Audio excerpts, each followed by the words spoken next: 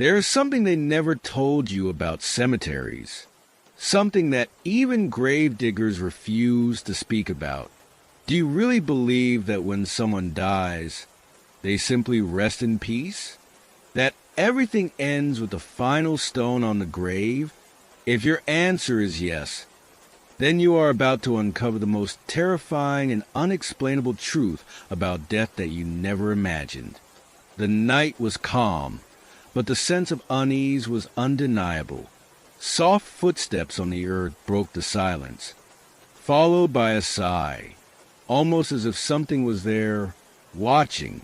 I've worked in this for years, but what I experienced that night, alone in the cemetery, made me question everything, even my sanity. It wasn't a scream. It wasn't just a ghostly vision. It was more than that. Something that should have never happened. Something that the dead should never do. The mausoleum door creaked as it slowly shut, the sound of metal against metal reverberating deep into the soul. The silence that followed was even heavier. Did you know that grave diggers face more than just tombs and bones? They face the dead themselves. And what I'm about to tell you will challenge everything you've ever heard about the supernatural. This is not just another ghost story. It's not about dark figures or eerie noises. What happened that night was so unexplainable that even I, after seeing it all, still ask myself, did I really see that, or was it a nightmare? The sound of approaching footsteps, almost imperceptible, heightened the tension, as if death itself was about to speak. Get ready, because what comes next cannot be explained. And if you dare to keep watching, your view on the dead and what they can do will never be the same. There is no going back after hearing the truth, not after knowing what happens when death is not the end. The footsteps were now so close that it felt as if something or someone was just about to appear. The suspense was unbearable. Now, the real question is, do you truly want to know what happens when the last flame goes out? Will you listen until the end? Because what is about to be revealed will shake you in ways you never imagined. Death has never felt so real. Chilling tales from gravediggers. What they never told you. The night grew darker. The wind whispered between the tombstones, as if carrying secrets that could never be spoken aloud. The gravedigger felt a presence, but he couldn't see it. The weight in the air was unbearable, as if the earth itself was waiting to swallow something far heavier than the bodies buried there. I thought I was alone, at least. I believed I was, he said, almost unable to believe the words leaving his own mouth. The first time I felt it, I thought it was just my imagination, maybe exhaustion getting the best of me. But soon, I realized it wasn't a mistake. It wasn't just my mind playing tricks on me. Then, a soft tapping sound, like an invisible hand brushing against a tombstone, interrupted his thoughts. He turned around. No one was there. The fear tightened in his chest, but he tried to ignore it. I work with this every day. I've seen it all. The cemetery, the silence, it's just part of the job. But that night, the silence was different. Something was moving, something beyond human comprehension. He could feel it, lurking in the shadows, watching, waiting to be discovered. When I saw it for the first time, I thought I was looking at a spirit. But deep down, I knew it wasn't. It stood there between the graves watching me, but it wasn't a ghost. It had no face, no shape, just a presence. Something dark. The wind picked up, rattling dry leaves across the ground, creating an eerie trail of sound that seemed to follow his steps. His breath quickened, his heart pounded. but the silence was even heavier. He couldn't shake the feeling of being watched, but the worst was yet to come. Every night it came closer. I could feel it, but whenever I turned to look, there was nothing, just the darkness. But I knew it was there. He paused, eyes distant, as if trying to push back memories too terrifying to recall. Then I started hearing the voices, the whispers, first from far away, but soon they were so close, so real. It was like the dead were trying to tell me something. But what they said, I don't know if I should have listened. The whispers grew louder, a rasping voice, barely audible, distorted by the wind, yet clear enough to send chills down the spine.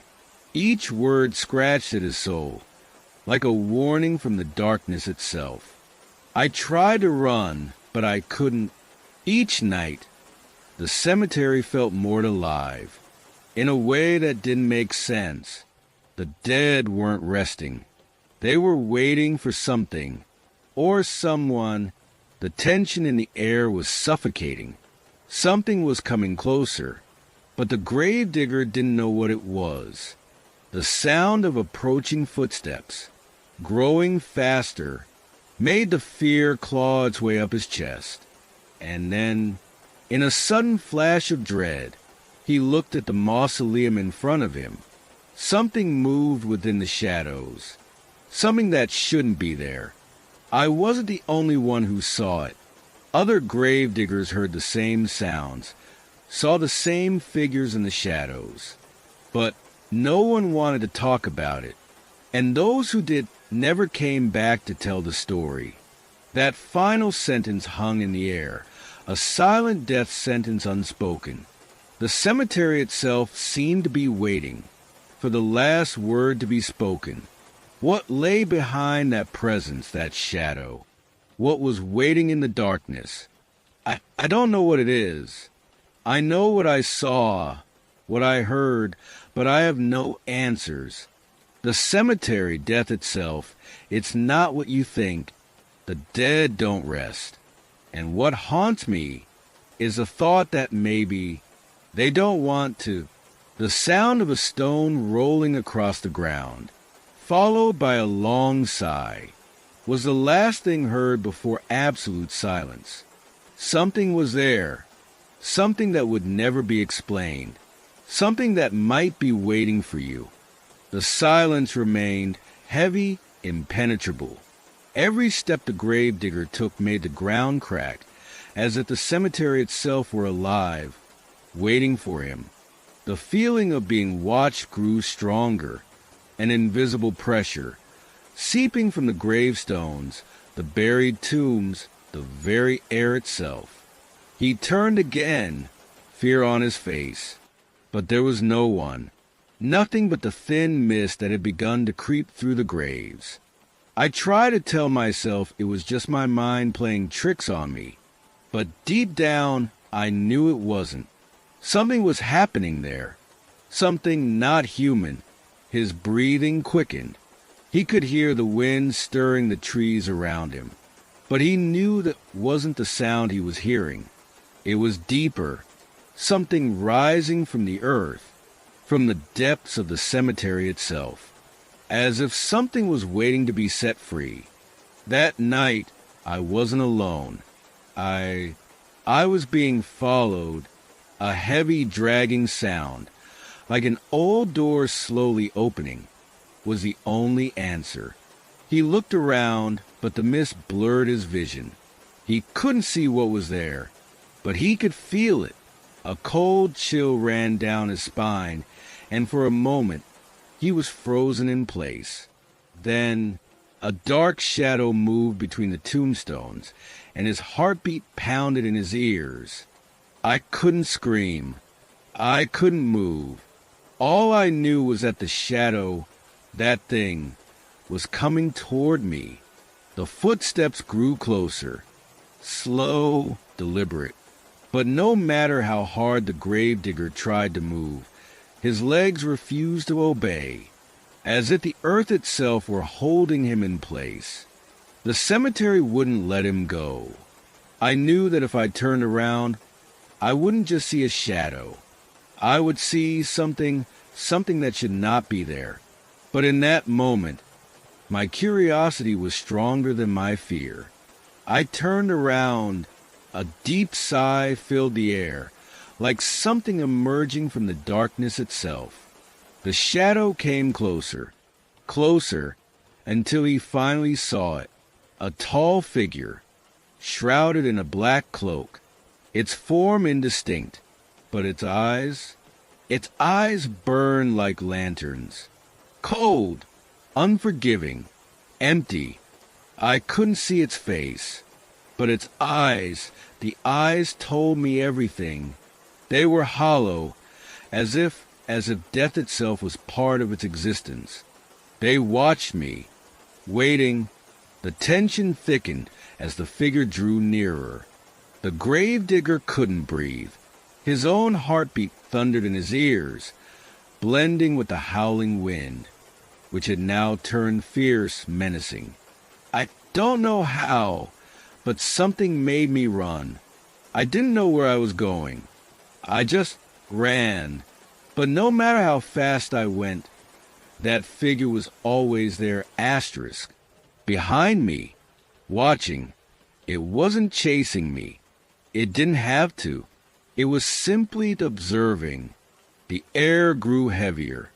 The world around him felt wrong, as if something much greater was about to emerge. And then I heard it.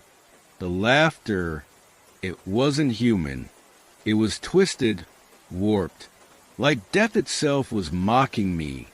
And in that moment I knew what I was facing wasn't a ghost. It wasn't a lost soul. It was something far worse. Something that had long lost even the essence of death. He turned, eyes wide in horror. But there was nothing there. The cemetery had gone silent again. But the fear remained. He knew whatever had been there could never be explained. And he knew he would not be the last to hear that laughter echoing in the darkness. I try to tell people, but who believes a grave digger talking about the dead laughing in the night? About shadowed figures lurking between the tombstones? No one believed me. Not until others started telling the same stories. Not until others started seeing what I saw.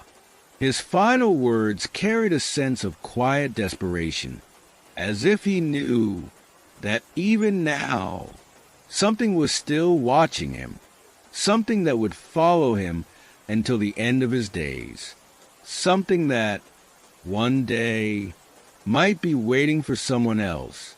But what about you? Do you believe in any of this?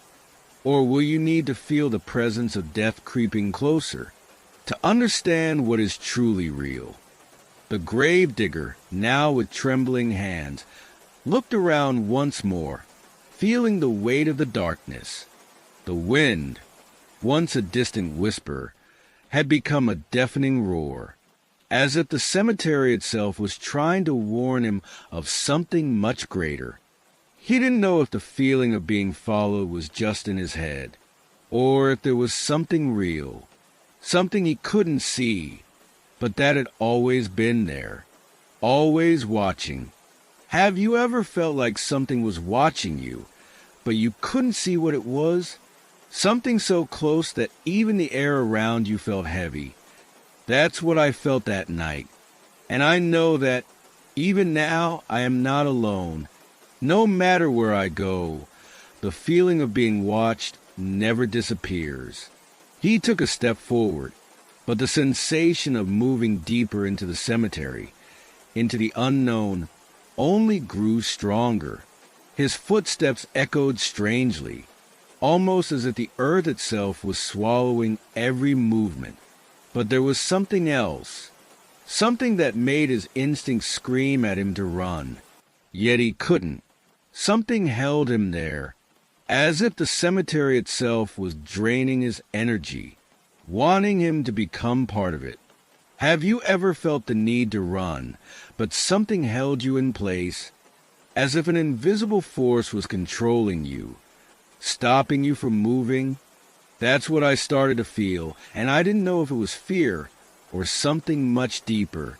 Then the shadow appeared again, so close, he could almost feel the cold radiating from it. But he didn't look directly. He didn't want to see anymore. He already knew what it was, what was waiting for him. I will never forget that feeling, the feeling that death was right there, standing in front of me. What would you do if you saw something like that? Asterisk. Something so dark? Would you dare to look? Or, like me, would you try to escape as fast as you could?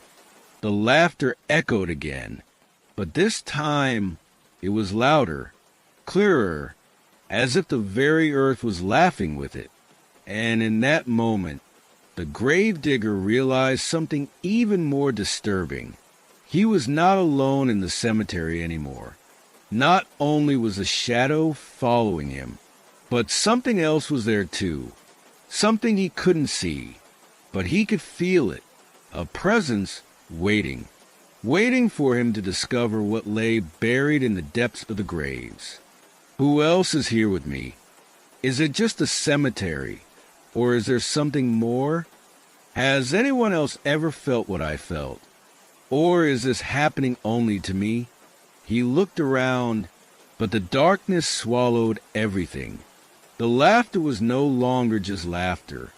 Now, it was a call, an invitation, as if the dead were calling him to enter their world, to see what was beyond. But he knew if he followed that voice, there would be no way back. And you, if you were in my place, would you follow that call? Or, like me, would you be trapped in an internal battle, trying to decide whether to cross that line? What do you think would happen if you accepted the invitation? The wind intensified. The trees shook violently, but the cemetery remained still, as if it were a living entity, watching everything with an indifferent gaze. The gravedigger took a step back, but something stopped him. For the first time, he felt it. He was standing on the threshold between the world of the living and the dead, and he knew from that moment on, there was no turning back. Have you ever felt that somehow the line between life and death isn't as clear as we think?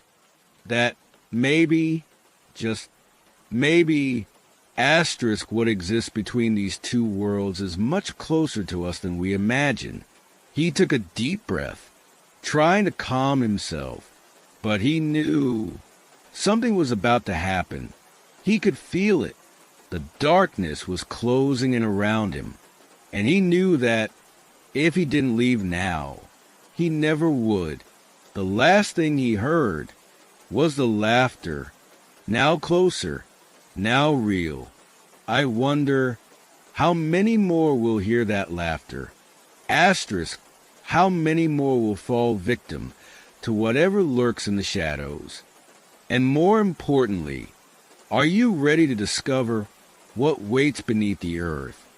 The gravedigger, now with his mind completely overtaken by fear, looked around, trying to understand what was happening. The shadows were no longer just shadows.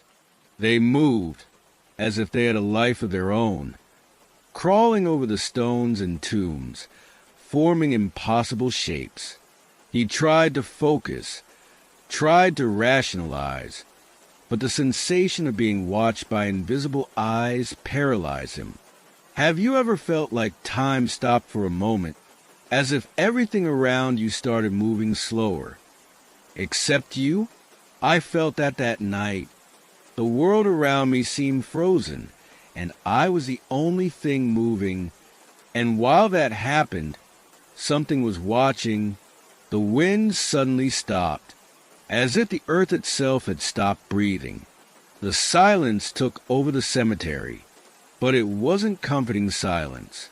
It was the kind of silence that suffocates you, that makes you feel like something is about to happen, something you can't predict. Have you ever felt that when the silence is too deep, it carries a presence? As if the air itself was dense, full of something unseen, but that makes itself felt in every fiber of your body. I didn't know whether I should run or just wait. He looked again at the tombstone in front of him. Something was there, something he couldn't identify. But now, it was impossible to ignore. It was as if the stone itself was breathing, slowly, as if it were alive, pulsing with an energy that shouldn't exist. Can you imagine standing in front of a cold stone, asterisk, and yet feeling like it's not so cold after all? As if, somehow, it was part of something much greater, something you can't understand. He stepped back, but at the same time, he felt like his body no longer obeyed him. It was as if an invisible force was pulling him back, dragging him into the darkness, into the heart of the cemetery. The sensation of being swallowed by that darkness was inescapable. Have you ever felt a force greater than your own will, pulling you toward a place you didn't want to go, as if your choices didn't matter against something much more powerful? What would you do if you knew that with every step you were getting closer to something or someone that could change everything? The gravedigger knew he couldn't turn back anymore. The feeling that something was about to happen was overwhelming. He felt the eyes on him, the pressure of those invisible presences growing, as if the cemetery itself was rising, ready to reveal its deepest secret.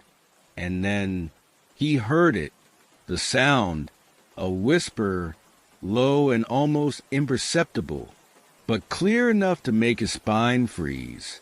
You know you heard it, don't you? It's not just in your mind. Something is trying to talk to you, calling you, and the scariest part, you know that if you don't answer, asterisk, something terrible will happen. The voice, now clearer, seemed to come from everywhere at once, as if the cemetery itself was speaking inside his mind. He tried to close his ears, but he couldn't.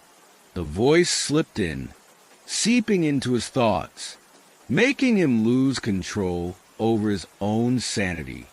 Could you ignore that voice if it was calling you?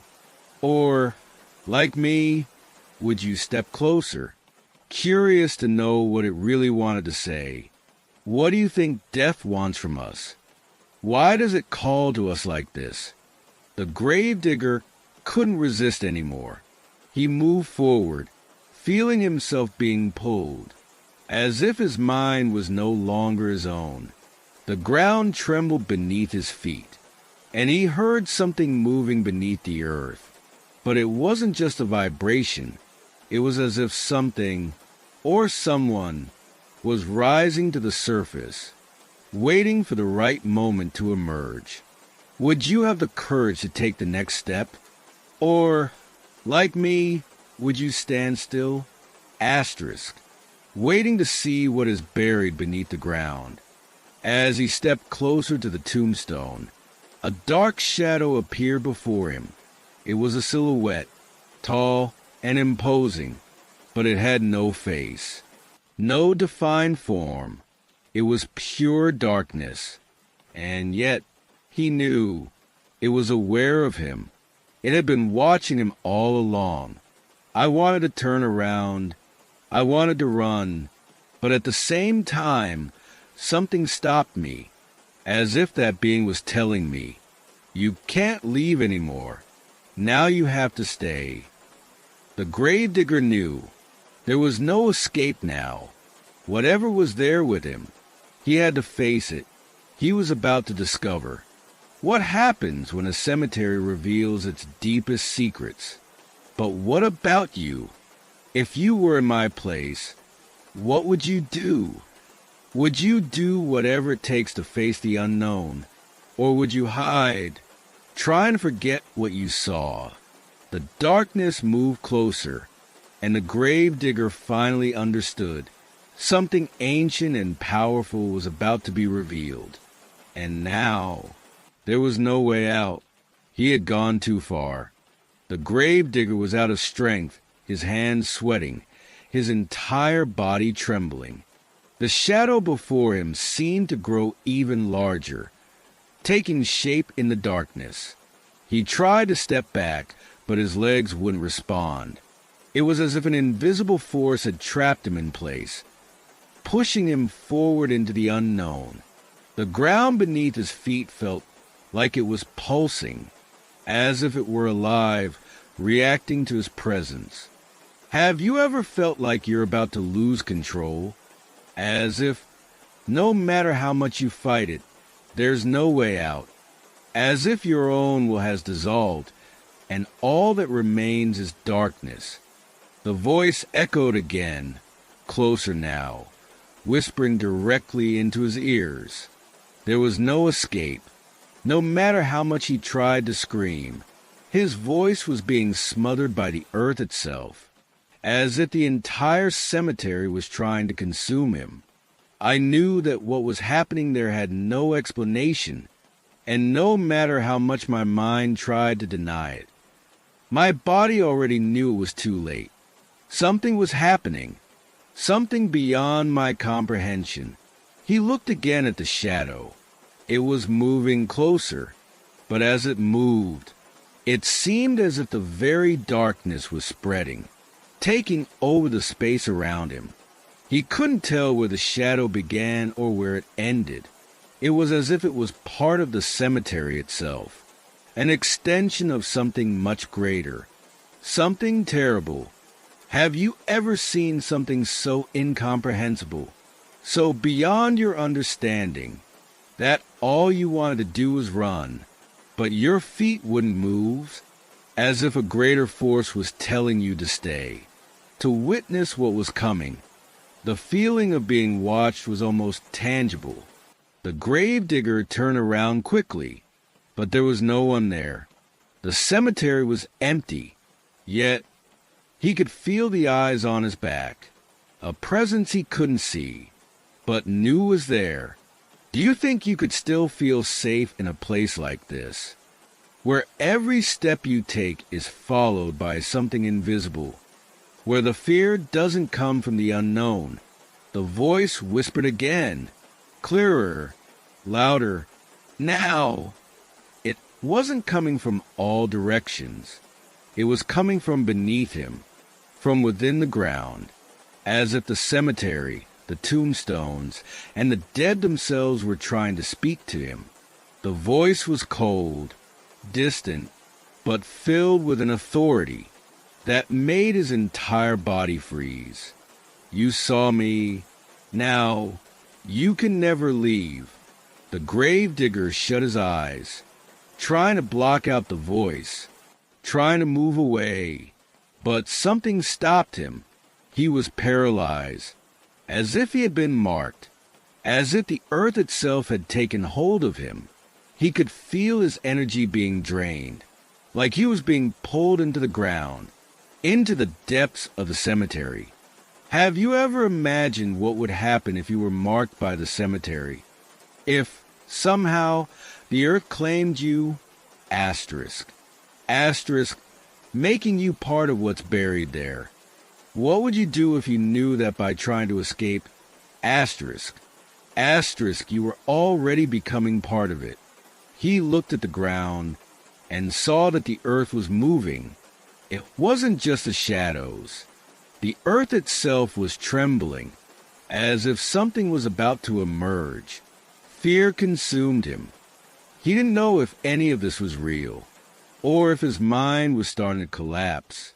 But when he looked at the tombstones, he saw something that made his blood run cold. The names of the deceased were shifting right before his eyes. the letters rearranging themselves in unnatural ways. Have you ever felt like the dead were trying to communicate with you? As if the names on the tombstones, the words carved into the stone, weren't just a tribute, but a message. What would you do if you saw that the dead had something to say? Something that couldn't be ignored? The gravedigger didn't know what to do. Time felt like it was stretching, each second pulling him closer to something he couldn't control. But he couldn't stop. Something inside him forced him to go deeper into the darkness. He knew he couldn't leave, not without finding out what was happening. The presence, the voice, the shadows, everything was leading him toward a terrible revelation, but one that had to be seen. Now, I wonder, what about you? What would you do if you knew that by looking deeper, you would discover something that would change the way you see life? Death. The shadow was now just a few steps away. For a moment, he felt like he was about to be consumed by the darkness. He took a deep breath, knowing that what happened next would change everything. The cemetery was finally ready to reveal its secret. But what about you? Do you have the courage to see what lies beyond death? Or will you close your eyes? Asterisk pretending that nothing ever happened. The gravedigger felt the darkness closing in around him, as if the cemetery itself was swallowing every last shred of light. His breathing was fast, but at the same time, a strange calm washed over him, as if somehow he already knew that what was about to happen could not be stopped. He looked at the tombstones around him, and a cold shiver ran down his spine. The words on the stones seemed distorted, as if they were trying to form a message, something he couldn't quite understand. He slowly kneeled, pressing his hand against the cold earth. The sensation that something was moving beneath the surface was impossible to ignore. The ground seemed to pulse, like it was alive, like it was waiting for something, or someone, to come closer. He knew he was about to uncover something buried there, something so terrible that, once revealed, there would be no turning back. The shadow was closer now, almost within reach. He could feel the cold air radiating from it, a presence that wrapped around him, spreading throughout the entire cemetery. He couldn't turn away anymore. He was trapped there, at the heart of the cemetery, surrounded by a darkness that was more than just the absence of light. Each movement, each second, seemed to be devoured by that abyss. Then, the voice whispered again, closer now. This time, it came from the ground itself. The cemetery was trying to speak. The earth, the tombstones, the dead, they had something to say. He looked at the engraved names, and right before his eyes, they were changing, each name twisted, shifting into words he didn't recognize. The ground beneath him began to tremble, not like a normal earthquake. No, it was something deeper, like the cemetery was preparing for something big, something that was waking beneath the earth. The gravedigger felt panic creeping in, but something inside him kept him from running.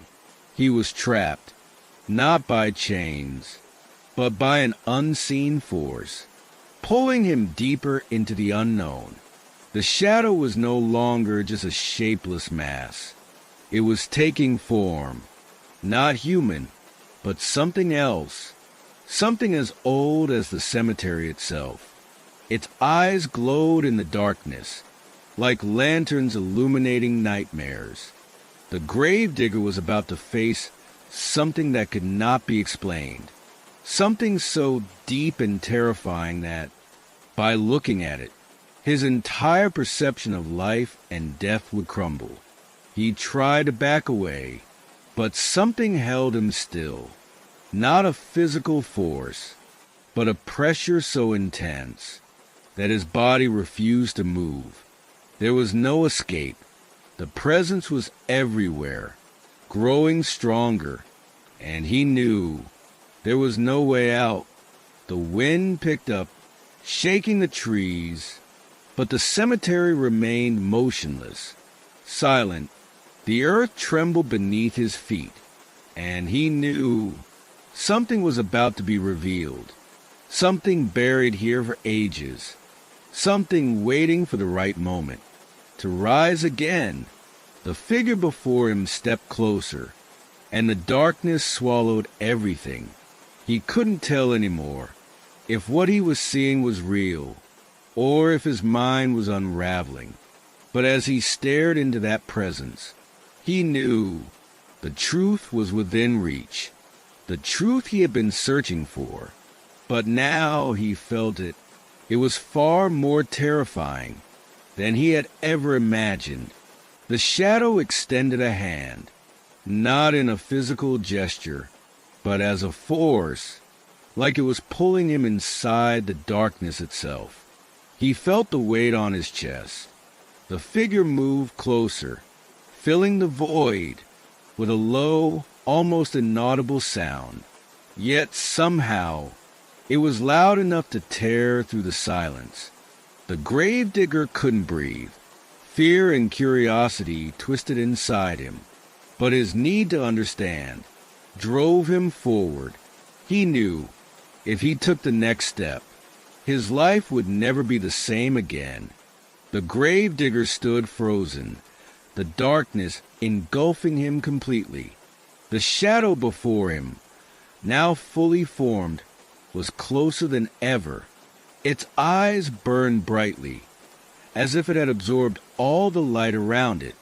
He felt the weight of its presence, crushing him. The air turned ice cold, and the sensation of being consumed by the earth made him feel like he was about to faint. I can't keep going, he thought, but his words were swallowed by the very darkness. The figure moved, a gesture, but one that could not be defined. It was as if time itself had stopped. The gravedigger tried to look away, tried to run, but he couldn't. His feet were rooted to the ground, as if the earth had come alive, holding him there, forcing him to face what stood before him. Then everything fell silent. A chill ran down his spine, but there was no sound, no movement. He looked around, and suddenly the darkness had vanished, as if something had been removed. The cemetery was empty, silent. He was back, at the center of the graveyard, but everything felt different. The tombstones were untouched. The inscriptions were clear, as if the chaos had never existed. The presence, the shadow, was gone. The gravedigger stood up slowly, his body still trembling. What just happened? What did I see? He tried to make sense of it, but his mind couldn't grasp what he had just experienced. He had been there, but nothing felt real. There were no signs that the cemetery had come alive. But then, something strange. As he looked down, he saw an inscription in the dirt, not on a headstone, but etched into the cold earth. Something that had been written long ago. He stepped closer. His chest tightened. His pulse raced. And as he read the words, a mix of fear and confusion filled him. You were never here. Not now. Not anymore. He stumbled backward. His heart pounded wildly. He looked up at the cemetery, at the gravestones, at the quiet, empty space that now seemed harmless, yet completely different from what he had lived just moments ago. He couldn't tell what was real and what wasn't. The feeling that something was still watching him clung to him like he had never truly left. The last thing he heard was the wind, soft but carrying a distant sound, a whisper, a word, a name, but it wasn't clear enough to understand. He turned back one last time, and the cemetery was empty, silent, but he knew no matter what happened next, he would never be the same. Something inside him had changed, something unexplainable. The screen fades to black. The gravedigger, still feeling the presence behind him, begins walking away from the cemetery. He disappears into the mist, and the question lingers in the air. Was he ever truly there at all?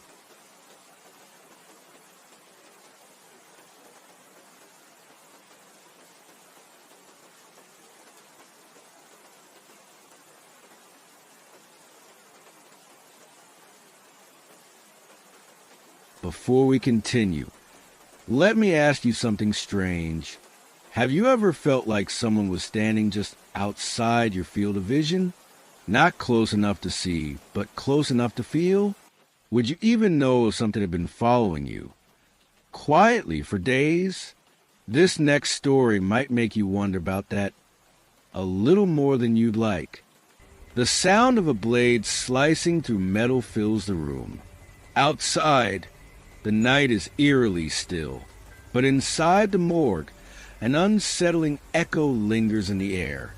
The fluorescent lights flicker faintly, casting strange shadows. Something about this place feels off, as if death itself is not as final as we believe. Bodies lie on cold, steel tables, but are they truly lifeless? This is the story of a morgue where the line between the living and the dead begins to blur, and it all starts on a seemingly ordinary night. It began with a man, his identity unknown, his features hollow, his skin ashen. He was found stumbling along a dimly lit alley, his clothes tattered and torn as if he'd been wandering for days, maybe weeks. His eyes were wide, unblinking, yet devoid of life. He didn't respond when spoken to, nor did he make a sound as he was guided into the morgue. He was placed on the cold, stainless steel table, and the doors closed with a quiet thud. The technician, a man who had seen more death than he cared to admit, was preparing his instruments. The soft buzz of the overhead lights was the only sound in the sterile room. The body was cold, almost unnaturally so. But something didn't feel right. As the technician examined the man, his hands froze. There was again the faintest rise and fall of the chest. Not enough to be mistaken for a breath, but undeniable. His heart pounded in his chest as he leaned closer, almost daring to believe his own senses were playing tricks on him. For a long moment he watched, paralyzed by the impossibility of it all. The man should have been long dead. At least that was what the reports had said. But here he was, lying on the table, breathing, or something close to it. His fingers hovered over the man's wrist, feeling for a pulse, praying it wasn't there. But when his fingertips brushed the cold skin, there it was, a faint, erratic pulse, like the heartbeat of something not entirely human. He recoiled, his breath catching in his throat. As the silence stretched, the body stirred. Not in the way a corpse would, no twitch, no muscle spasms. It was a subtle movement, like the air itself had shifted, and for a moment, the technician felt the weight of unseen eyes on him. The hairs on his neck stood on end. What was this? How was this possible? The man's chest rose and fell again, slower this time. A guttural, Rasping sound came from deep within his throat. The technician's stomach churned with dread. He didn't know what he was witnessing, but he knew one thing. This was only the beginning, and he was not alone in that room. The technician stood frozen, his breath shallow as he watched the man's body twitch again. The room seemed to grow colder, the flickering lights overhead casting long, ominous shadows on the walls. He couldn't take his eyes off the body. Every instinct screamed for him to run, to leave this place and never look back. But something kept him rooted in place, like an invisible force had him trapped. His hand trembled as he reached for the medical chart, scanning the details for any signs of life. But there was nothing, no medical history, no explanation for how this man had ended up on his table in the first place. And yet, here he was, defying the laws of life and death. As the technician tried to steady his breathing, the sound of the morgue's door creaked open behind him. Startled, he spun around, but no one was there, just the empty hallway beyond. The air felt thick now, heavy with something unspoken. He glanced back at the man on the table. The faint rise and fall of the chest had stopped. For a moment, the technician dared to believe it had all been a figment of his imagination. But then it came, that sound, a low, rasping breath, not from the man, but from behind him. His heart raced as he slowly turned, the cold sweat pooling at the back of his neck. And then a voice, barely audible, whispered from the shadows, "Help me." The technician's eyes darted toward the table, but the man was still motionless, staring up at the ceiling with those hollow eyes. The whisper came again, louder this time, unmistakable. "Help me." His pulse quickened, his mind a whirl of confusion. Was this some sort of twisted prank? Was someone playing a sick joke on him? Or was something far darker at play? He turned back to the doorway, half expecting to see someone standing there, but no one was in sight. The body that had been dead, was it dead? With a feeling of dread closing in on him, the technician took a hesitant step toward the table. His hand shook as he reached out, unable to tear his eyes away from the man's face. It was as if something was pulling him closer, something he couldn't explain, some dark force luring him in. As his fingers brushed against the man's wrist, he felt it. A sudden, sharp jolt of coldness, not like death, but something older, something ancient. The temperature in the room dropped dramatically, his breath now visible in the air. The fluorescent lights flickered again, casting strange shadows on the walls. The silence that followed was suffocating, and then, for a split second, everything went black. The lights flickered back on, and the technician gasped, stumbling back as the body on the table was gone. The sheet that had been covering him lay empty, the edges crumpled as if something had been there, something far too heavy to be ignored. A chill crawled down his spine. The door slammed shut with an unnatural force, trapping him inside. He was no longer alone. The technician's breath came in ragged gasps as his eyes darted across the room, searching for any sign of the body. His heart pounded in his chest, echoing in the otherwise silent morgue. The room seemed to stretch, the walls closing in around him. He pressed his back against the cold steel of the autopsy table, his hands gripping the edge as if it could somehow ground him. But the room was empty now. The body had vanished, leaving no trace. Not even a faint scent of decay lingered in the air. The floor beneath him creaked, a low groan that sounded almost like a warning. The flickering lights above buzzed loudly now, as if they too were in pain, struggling to stay on. He turned in frantic circles, but there was no one there. Just the cold, empty tables with their bodies, silent and unmoving.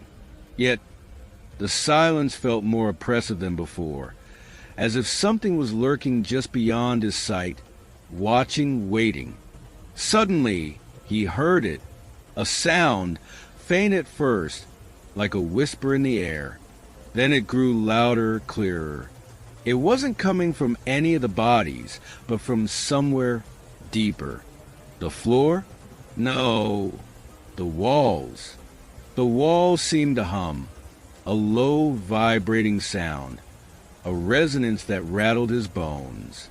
He stepped forward cautiously, trying to listen, trying to understand what was happening. That's when he noticed it. A faint shadow creeping along the far wall. It wasn't a trick of the light. This shadow moved, and not in a way a shadow should. It seemed to shift, to change shape, bending unnaturally. The technician's pulse raced. He took another step, and that's when he saw it. The faintest outline of a figure, half hidden in the darkness. The air grew colder still, and a shiver ran through his body. His mouth went dry. He wasn't sure whether he should run or stay, but before he could make a decision, the figure moved. It was fast, too fast. The technician stumbled backward, almost losing his footing. His heart hammered in his chest as he fought to breathe, his mind spiraling into panic. But when the figure came into view, he froze. There, in the corner of the morgue, standing perfectly still, was the man. Or what used to be the man. His skin was stretched tight over his bones, his eyes black as coal, wide and unblinking. His mouth open, but no sound came out, just a horrifying, silent scream. The technician's body tensed, his limbs refusing to move as the figure stepped forward. The air grew thick, heavy with an oppressive energy that seemed to press down on him from all sides. The walls seemed to pulse with a life of their own, and the shadowy figure moved closer. Suddenly, the man's mouth opened wide, and this time there was a sound, not a scream, but a low, guttural growl, something animalistic, and with it, the overwhelming sensation of being trapped. The lights flickered again, and the technician's eyes darted around. The room was closing in on him. He couldn't escape. He wasn't supposed to be there. Then, in a voice that barely registered as human, the man whispered, "It's not over. We never left." The technician's breath caught in his throat. His legs trembled beneath him as the figure moved closer still, the air around him growing colder, darker. He couldn't think, couldn't move. His mind screamed for him to run, but his body refused to obey. The shadow loomed in front of him now, its presence suffocating. The technician felt his heart stop. He wasn't alone in this room, and whatever was standing before him was not human. The technician's chest tightened as he stood face to face with the shadowy figure, his mind racing with thoughts too frantic to process. What was this? What was he? The figure's hollow eyes seemed to pierce through him, as though it could see every secret buried deep inside his soul.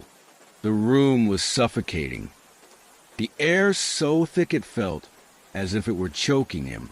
The man, or whatever he had become, took another step forward, his body jerking unnaturally. A low, almost guttural sound filled the room, the vibrations reverberating through the walls. The technician's thoughts fractured, swirling into a haze of fear. He wanted to run, but his feet felt glued to the floor, as though the darkness itself had wrapped him in chains. In the stillness, the figure spoke again, its voice more distinct now, but still a whisper carried on the cold breath of death. You should have left long ago with those words. Everything seemed to shift. The walls seemed to warp, the room stretching impossibly wide, as if the very fabric of reality were unraveling. The technician's vision blurred, the world spinning around him as the dark figure continued to advance. He felt himself being drawn toward it, his body moving against his will. Every instinct screamed for him to resist, to break free. But his limbs were no longer his own. They were under the control of something else. Something ancient. Something that had never truly died. As the figure closed in, the technician's mind reeled. Was this some twisted trick of the morgue's dark history? Had the place somehow become cursed, trapped in a cycle of death and resurrection? Or was it something far worse? A force that fed on fear, a presence that had always been there, lurking beneath the surface? And then, the truth hit him like a tidal wave. The morgue wasn't just a place for the dead. It was alive, not in the way humans are alive, but in the way something older than time itself can be. A place where death wasn't the end, but the beginning of something far more terrifying. The technician's thoughts blurred as the realization washed over him. The bodies in the morgue weren't dead. Not entirely. They were trapped in a cycle of life and death that never truly ended.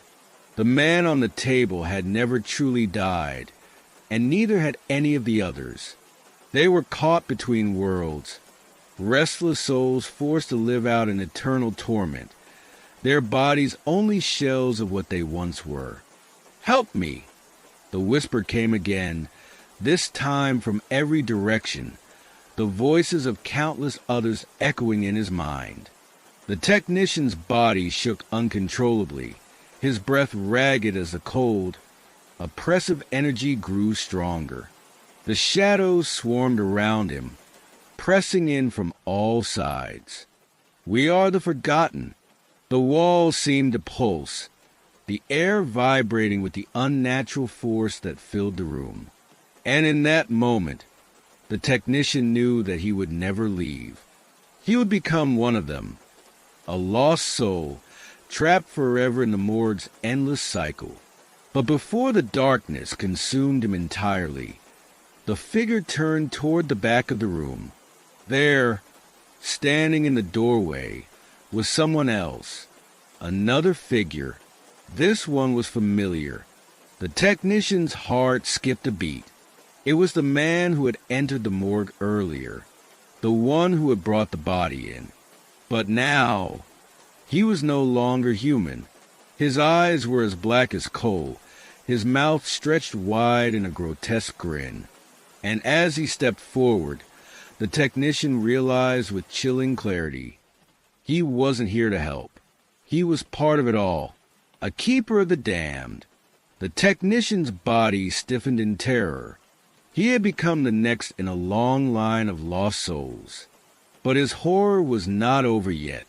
The technician's heart raced, his pulse echoing in his ears as the shadowy figure moved toward him, its every step deliberate, predatory. The air around him grew colder, suffocating, as if the very room was tightening its grip on his soul. He tried to scream, to fight back, but his voice was lost, swallowed by the heavy silence that seemed to press down on him.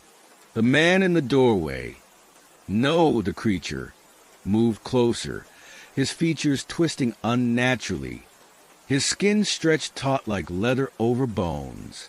His eyes, black as voids, gleamed with something ancient, something that spoke of horrors beyond comprehension.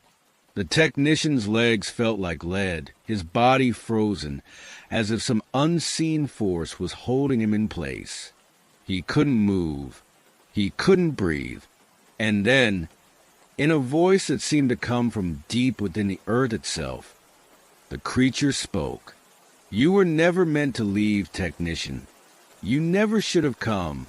The technician's thoughts were in turmoil, racing through fragments of memories. The morgue, the bodies, the whispers. The man who had brought in the first body. He was one of them, wasn't he? A keeper of the dead, cursed to wander these halls, forever seeking new souls to add to the collection. The technician's skin crawled as the horrifying truth sank in. The morgue wasn't just a place where the dead were kept. It was a prison, and he had unknowingly stepped into it, becoming part of its endless cycle of torment. The figure reached out, a hand as cold as death itself brushing against his skin. The technician's mind screamed as his vision blurred, his thoughts slipping away like sand through his fingers. He could feel the life draining from him, his strength fading with each passing second. "No! No!" he gasped, but it was too late. The creature's grip tightened, and the technician's world collapsed into darkness. When the technician regained consciousness, the first thing he noticed was the silence. The deep, unsettling silence of the morgue. The cold steel of the table beneath him. His body ached, as though he had been torn apart and put back together. He could hear the faint hum of the fluorescent lights above, and the chill in the air seemed to bite at his skin. But something was wrong. He wasn't alone. A low, guttural moan came from the corner of the room, followed by a whisper, faint and distant. "Help me." The technician's eyes shot open, and he sat up, gasping for air. His breath came in ragged gasps, his mind a whirlwind of confusion. He looked around, but there was nothing in the room. No bodies on the tables. No shadows lurking in the corners. Just an empty, desolate morgue. Or was it? The whispers grew louder, and as the technician struggled to stand, he saw something moving in the far corner of the room.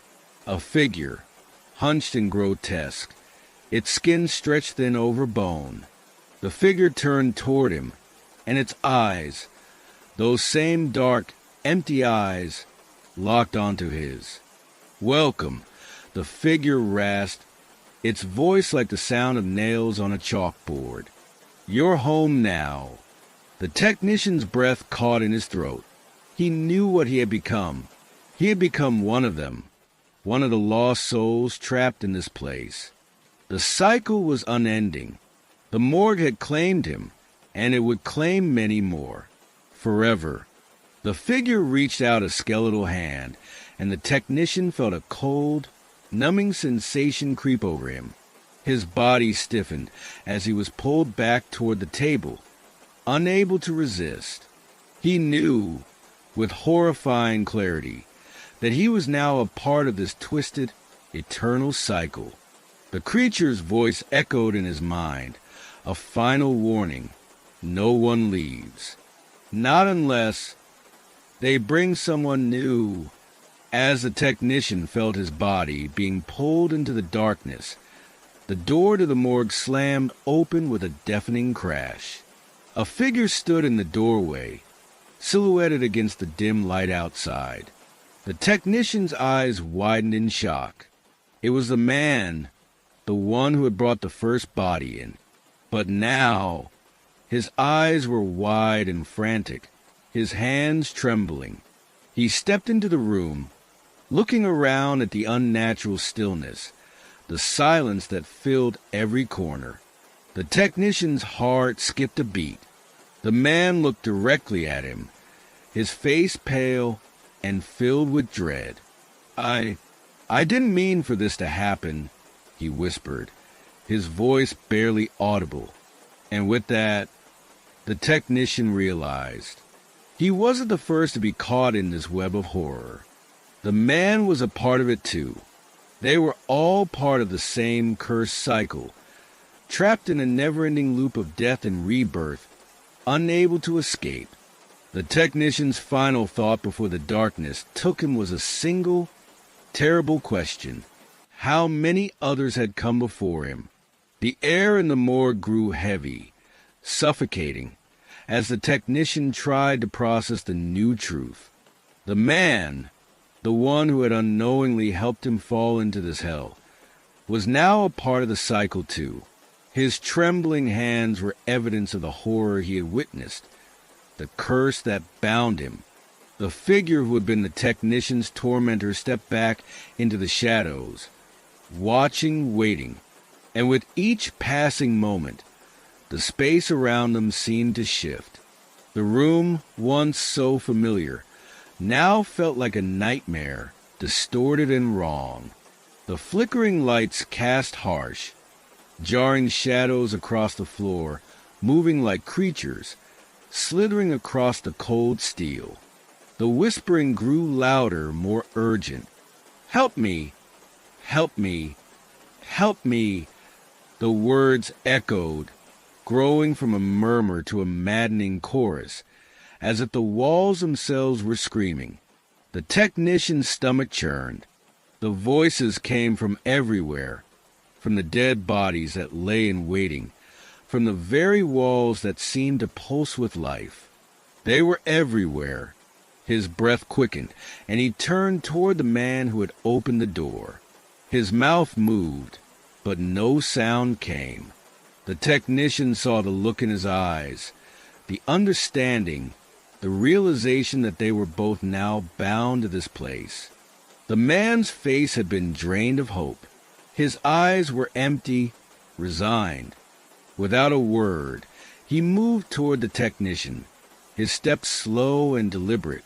His eyes darted around the room as if expecting the shadows to come to life, to pull them into the dark. The technician tried to speak, but his voice failed him. The air felt thick with some malevolent force that choked off his words, keeping them locked inside. And then the whispers grew louder, so loud they seemed to vibrate his very soul. They filled every corner of the room, swirling like wind through a cave. The man in front of him suddenly staggered back, clutching his head as if in pain, his face contorted, as if fighting an internal battle against something he couldn't control. And then, with a hollow scream, he collapsed to his knees, his eyes wide with terror. The technician rushed to his side, but it was too late. The man's skin had turned pale, almost translucent. His body seemed to shrink, as though the life was draining out of him, his limbs becoming stiff, his face frozen in an eternal mask of fear. The shadows seemed to pull at him, dragging him toward the cold steel table. The technician could barely breathe as the horrifying reality unfolded before his eyes. The man wasn't just dying. He was becoming one of them, a part of the cursed cycle. The technician knew, deep down, that this was his future too. He could already feel it. The darkness closing in, the endless whispering, the coldness creeping into his very soul. But then, something shifted. The walls of the morgue seemed to tremble, the air crackling with tension. The technician's eyes widened as he saw the dark figure reappear, stepping out from the shadows with the same predatory grace it had before. This time, its eyes were fixed on him, filled with an unreadable hunger. And for the first time since entering the morgue, the technician felt the cold hand of truth grip him. The shadows, the voices, the cursed cycle. It was all part of a darker plan. The morgue was a prison, but not just for the dead.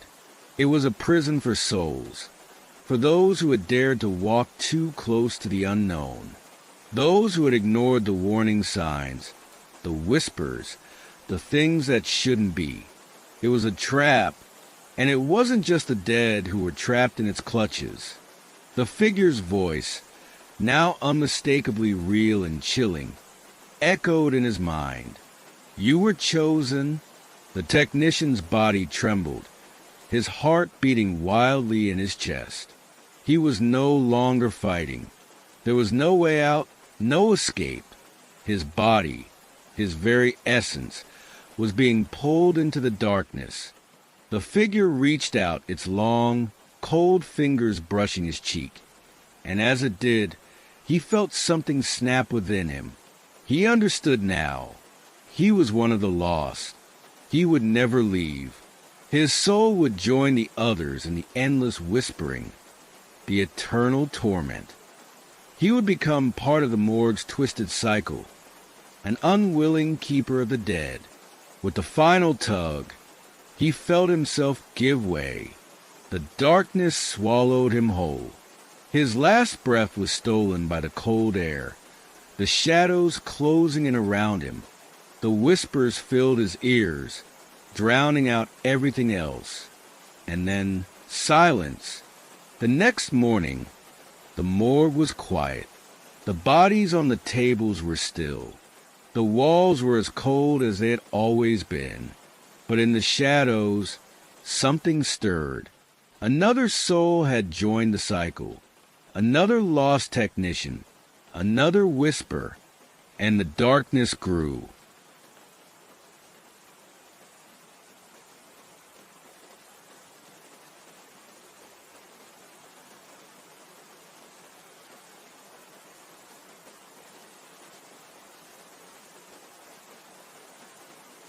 Before we continue, just a thought. Have you ever noticed how some rooms feel different at night than they do during the day? Like the walls are listening, or the shadows are waiting for something. Maybe it's your mind playing tricks. Or maybe this next story will explain why. There are jobs that bring you close to death, but few that force you to work with it. Grave diggers don't just bury bodies. They walk the fine line between the world of the living and the dead. They hear the whispers in the wind that no one else notices. They see shadows that don't belong. And sometimes they witness things that should never be spoken of. Tonight, you'll hear 5 chilling confessions from those who have spent their lives among the graves. Stories of things moving beneath the soil, voices echoing from empty coffins, and encounters with something that doesn't want to stay buried. But before we begin, a warning. If you ever find yourself walking alone past a cemetery at night, and you hear someone calling your name from the darkness, don't answer. Some voices should remain unheard. Jack had been digging graves for over 20 years. He was the kind of man who never flinched, never believed in ghost stories, and never let the cold silence of the cemetery get to him. To him, death was just a part of the job. Something as ordinary as the dirt beneath his fingernails or the scent of fresh soil in the air. But there was one night, just one, that changed everything. It was late, well past midnight. Jack had stayed behind to finish a burial that had been delayed due to heavy rain earlier in the day. The cemetery was silent, unnaturally so, as if the world had stopped just outside its iron gates. The only light came from his lantern, its flickering flame casting long, shifting shadows across the rows of headstones.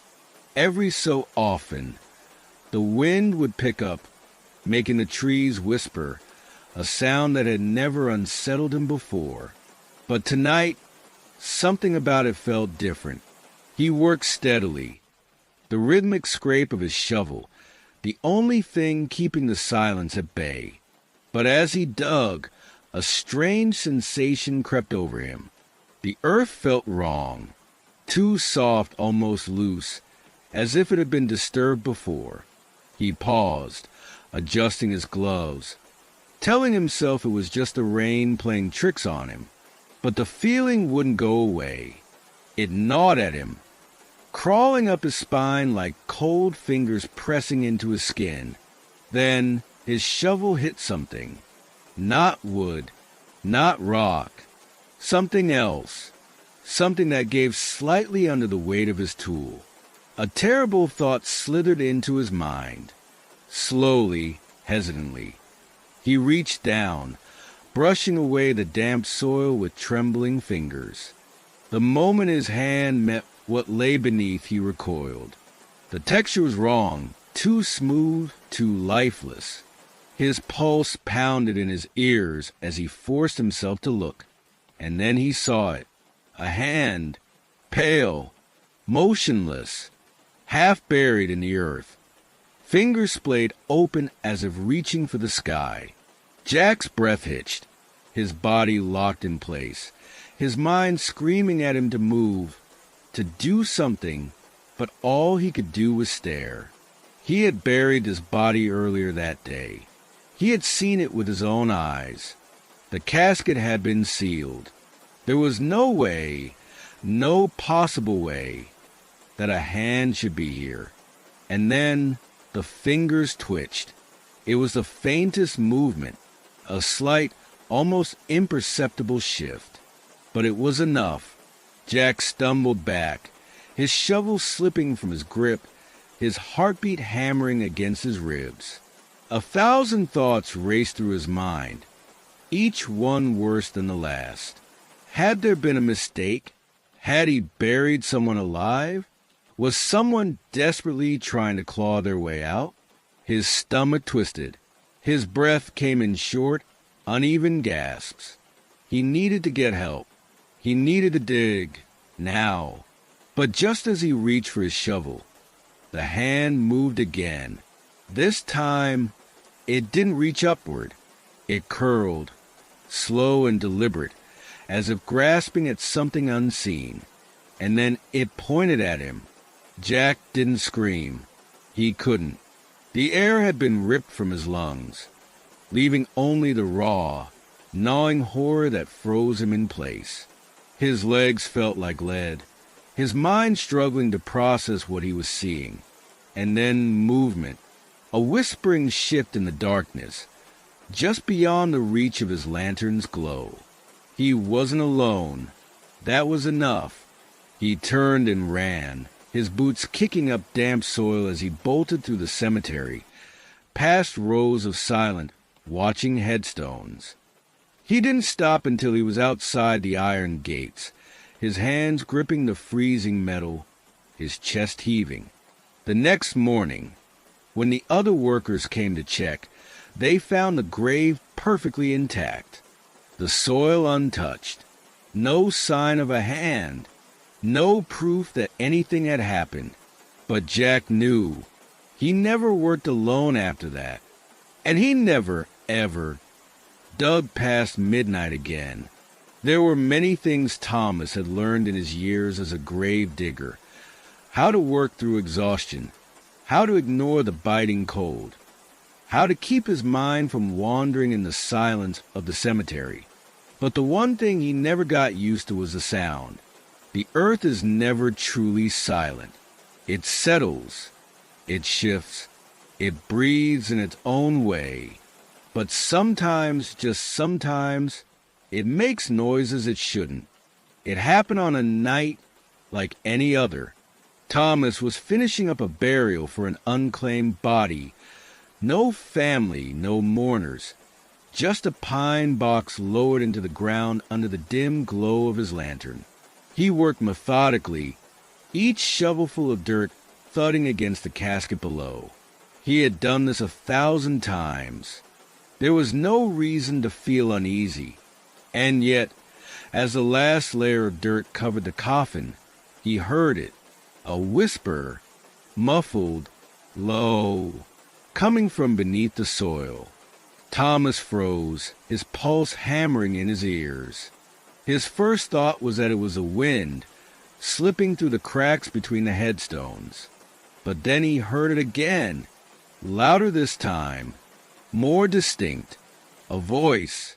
His throat tightened as he pressed his ear to the ground, the damp soil cold against his skin. The whispering continued, soft, hurried, urgent. It didn't sound like someone screaming for help. It didn't sound like someone alive. It sounded wrong. The words were unintelligible, but the tone was unmistakable, pleading, desperate. the voice of something that had been buried for too long.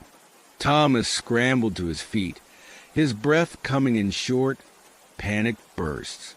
His mind raced. Had there been a mistake? Had they buried someone alive? But then the whispering stopped. Silence swallowed the cemetery, heavy and unnatural. The air itself felt thick, pressing against his skin like unseen hands. Then, before he could move, before he could even breathe, the whisper came again. Only this time it spoke his name, a guttural, rasping voice from beneath the dirt. Something knocked against the coffin lid from below. Once, twice, a slow, deliberate rhythm. Thomas didn't think. He didn't hesitate. He dropped his shovel and ran. He never told anyone what happened that night. The grave remained undisturbed, the name on the headstone slowly worn away by time. But sometimes, late at night, when the wind howled through the cemetery, he swore he could still hear it, his name whispered from beneath the ground. Harold had worked at St. Augustine Cemetery for nearly 3 decades. He had seen just about everything. Grieving families, forgotten graves, strange shadows cast by the flickering lanterns. But there was one thing he could never explain. The man in the gray suit. Harold first saw him late one evening, standing by an old grave near the edge of the cemetery. The man was tall, thin, and wore a suit that looked decades out of place, gray, slightly tattered, like something out of an old photograph. His posture was stiff, his hands resting at his sides, and he didn't move, didn't blink, didn't react to Harold's presence. At first, Harold thought he was just another mourner, visiting a lost loved one. It wasn't uncommon for people to come at odd hours, seeking solitude in their grief. But something about this man felt off. Harold cleared his throat. "Sir, we're closing soon." The man didn't respond. Harold sighed, stepping closer. "Sir, But the words caught in his throat, because now, standing just a few feet away, he could see the man's face. And it was wrong. The features were there, eyes, nose, mouth, but they looked blurred, like a faded photograph left out in the rain, as if his face had been erased. A deep, icy chill spread through Harold's chest. Every instinct screamed at him to turn around, to leave, to pretend he had never seen this man. But before he could move, the figure did something that made his blood run cold. He smiled. It wasn't natural. It wasn't human. It stretched too wide, pulling at the edges of his blurred features, as if something else, something unseen, was trying to wear his face. Harold stumbled back, nearly tripping over a headstone. He blinked, just for a second, and the man was gone. The cemetery was empty. The only sound was the rustling of the wind through the trees, whispering through the graves. Harold stood there, frozen, his heart hammering in his chest. He had no explanation, no way to rationalize what he had just seen. The next day, he returned to the spot where the man had stood. He checked the nearby graves, looking for anything unusual. That's when he saw it. The headstone in front of him was old, so old that the name had been worn away by time, but the engraving at the bottom was still visible. Died 1932, and beneath that, a chilling inscription. He never left.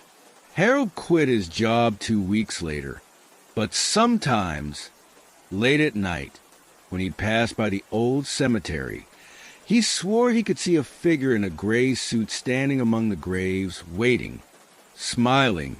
Luis had been a grave digger for nearly 15 years, and in all that time, he had only ever had one rule: never return to a grave once it's been sealed. He never questioned why. It was just an unspoken understanding among the workers. Once the dirt was packed, once the job was done, you walked away. You didn't linger. You didn't look back. And you certainly didn't return.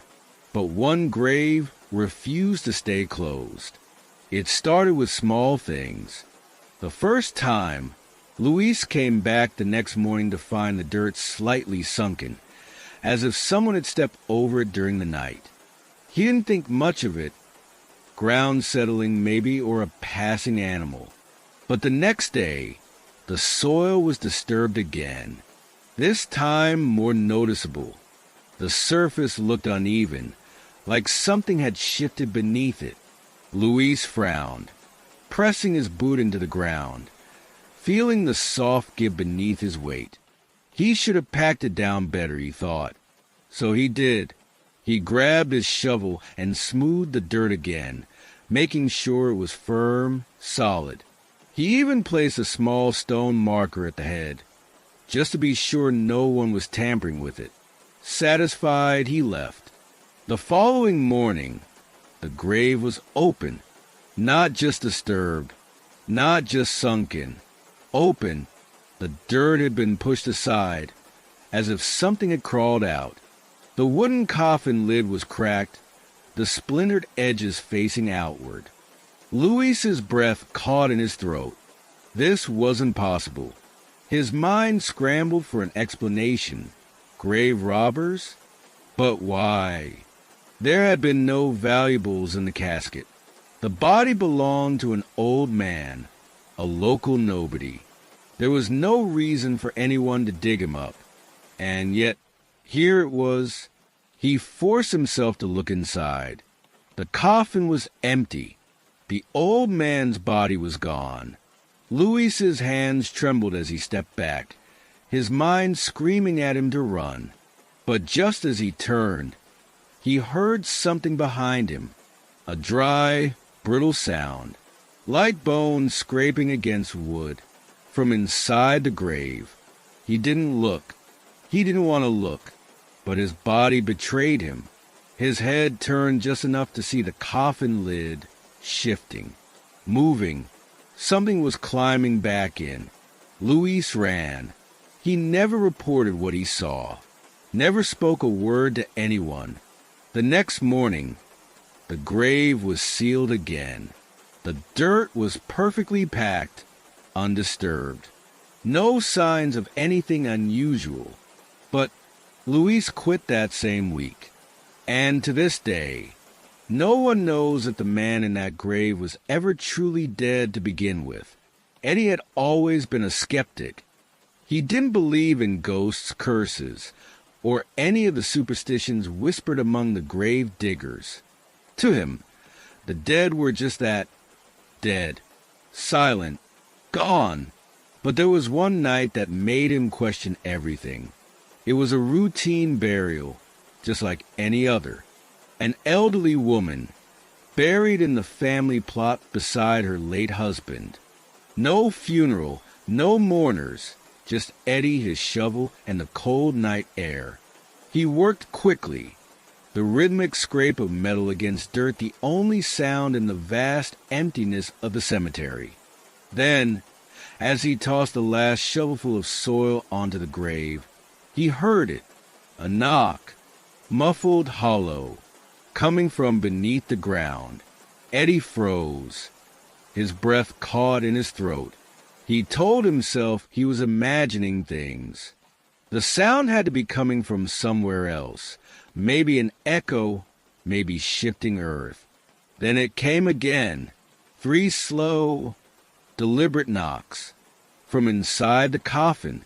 Eddie's fingers clenched around the handle of his shovel, his mind racing. He had heard of cases, rare but real, where people were buried alive by mistake. It had happened before. What if it was happening now? He dropped to his knees, pressing his ear to the fresh dirt, straining to hear. Silence. Then scratch, scratch, scratch. The sound of nails dragging against wood. A chill crawled up his spine. His hands shook as he grabbed his shovel. He had to get her out. Now. But just as he drove the blade into the soil, it stopped. The scratching, the knocking, everything. The night fell silent again, heavy and suffocating. Even the wind had died. And then, just as Eddie exhaled, something knocked. But not from below. From behind him, the blood drained from his face. He turned slowly, his breath shallow, his body stiff with terror.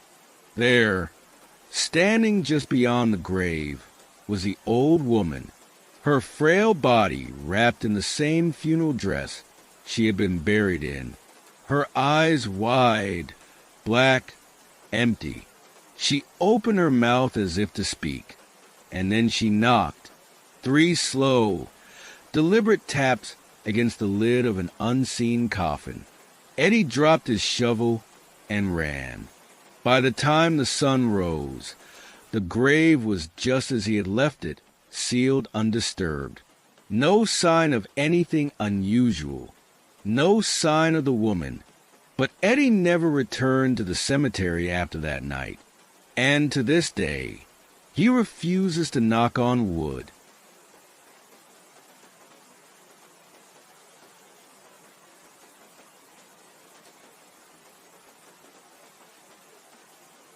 Before we move on, I'm curious. Have any of the lights in your house flickered tonight? Did your phone screen dim for a second or act like it caught some movement behind you? It's probably nothing. But this next story tends to wake up things that prefer to stay hidden. They say the dead don't speak, but what if they do? And what if answering them is the worst mistake you could ever make? Daniel thought he was just hearing things, the whisper in the dark, a voice on the phone. But what started as a strange coincidence became a nightmare he could never escape. There's one rule people have followed for centuries. Never answer the dead. But what happens when they don't give you a choice? Tonight, you will hear a story so disturbing, so real, that by the end, you will question everything you thought you knew about death and what comes after. Tonight, you will hear a story so disturbing, so real, that by the end, you will question everything you thought you knew about death and what comes after. But be warned, some doors, once open, can never be closed. It started with a whisper. Daniel Mercer had lived alone for years. His house, a century-old structure tucked away in the outskirts of Maine, was meant to be a place of solitude, a retreat where he could work on his crime stories without interruption. But lately, the silence had become heavy, suffocating, and then the whispering began. At first, he thought it was his imagination, an odd trick of the wind slipping through the old wooden beams. But one night, as he sat at his desk, the whisper became a voice that came from the dark corner of his living room. Daniel, the sound was barely audible, like a breath brushing against his ear. He froze, every muscle in his body locking into place. He turned slowly, his eyes scanning the dimly lit room. No one, just the glow of his desk lamp and the flickering shadows it cast against the walls. He swallowed hard, telling himself it was exhaustion playing tricks on him. He had been writing for hours, immersed in the gruesome details of a new story. Maybe he needed sleep, but sleep never came easy in that house. The next night, the whispering returned. This time, it wasn't just his name. It was something else. A single sentence, repeated over and over again, slipping through the walls like a draft from a forgotten past. "Why did you leave me?" Daniel's breath hitched. He hadn't told anyone. But those were the last words his wife had said to him before the accident. The words had haunted him for years. But no one else knew them. No one. His rational mind fought for control. Maybe it was stress. Maybe it was some bizarre sleep-deprived hallucination. He forced himself to ignore it, convincing himself that if he didn't respond, it would stop. But it didn't stop. The voice grew stronger, louder. It followed him from room to room, whispering behind him, breathing against his neck. Why did you leave me? He stopped writing, stopped eating properly. The house, once his refuge, had become a prison of echoes and unseen presences. And then one night, the phone rang. A shiver crawled up his spine as he stared at the old landline sitting on his desk. He barely used it. Hardly anyone even had the number. The ringing continued. With hesitant fingers, he picked up the receiver and brought it to his ear. Silence. Then, Daniel. The voice was unmistakable. His wife. His blood ran cold. He opened his mouth to speak, but found no words. Static crackled on the line. Then the whisper returned, dripping with sorrow and something darker, something hungry. Why did you leave me? Daniel slammed the phone down, his heart hammering. This wasn't real. It couldn't be real. But deep down he knew this was only the beginning. Daniel couldn't sleep that night. Every time he closed his eyes, he saw her, his wife, Emily, standing in the shadows of their old home.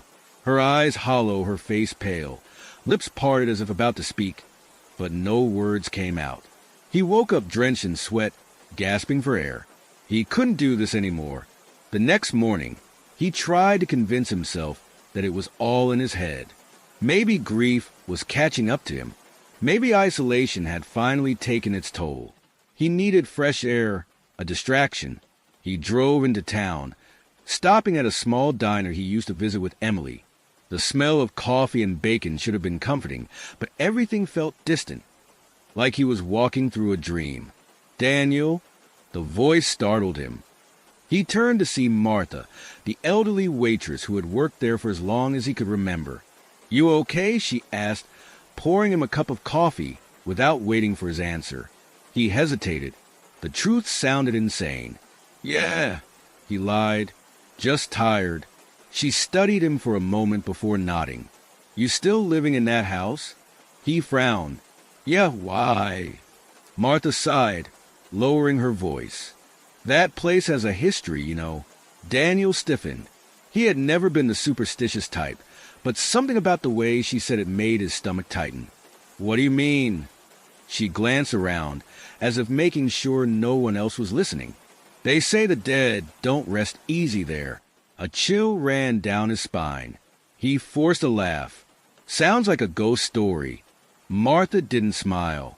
"All I'm saying is, if you hear something calling your name, don't answer." Daniel felt his breath catch. His fingers clenched around the coffee cup. "How do you know that?" he asked. Martha hesitated, then simply said, "Just be careful." That night, the whispers returned. He locked every door, every window, left every light on, but it didn't matter. The voice seeped through the walls, through the very air around him. Daniel, he covered his ears, squeezing his eyes shut. "Why did you leave me?" His breathing turned ragged. His pulse pounded in his ears. Then bang, a deafening noise from the front door. Something was knocking. Slow, deliberate. Daniel's body went rigid. The air in the room turned ice cold. The knocking came again, and then a voice. Not from the door, not from the walls, from right behind him. "Let me in." Daniel's entire body locked in place. His breath came in short, ragged gasps. He didn't want to turn around. He couldn't. Every instinct in his body screamed at him to stay still, to not acknowledge it. But then, the voice spoke again, closer this time. "Let me in, Daniel." A whisper, barely audible. Yet it felt like it was being spoken directly into his ear. His hands trembled as he reached for his phone. He needed help. Someone, anyone. But just as his fingers brushed the screen, the power went out. Total darkness. Daniel's heart pounded in his chest, the silence stretching unbearably around him. And then, from somewhere in the pitch-black void of his house, soft, shuffling footsteps. They were slow, measured, moving toward him. No, this wasn't real. It couldn't be real. His mind scrambled for logic, for reason. Maybe it was an intruder, Maybe someone had broken in, but deep down he knew this wasn't human.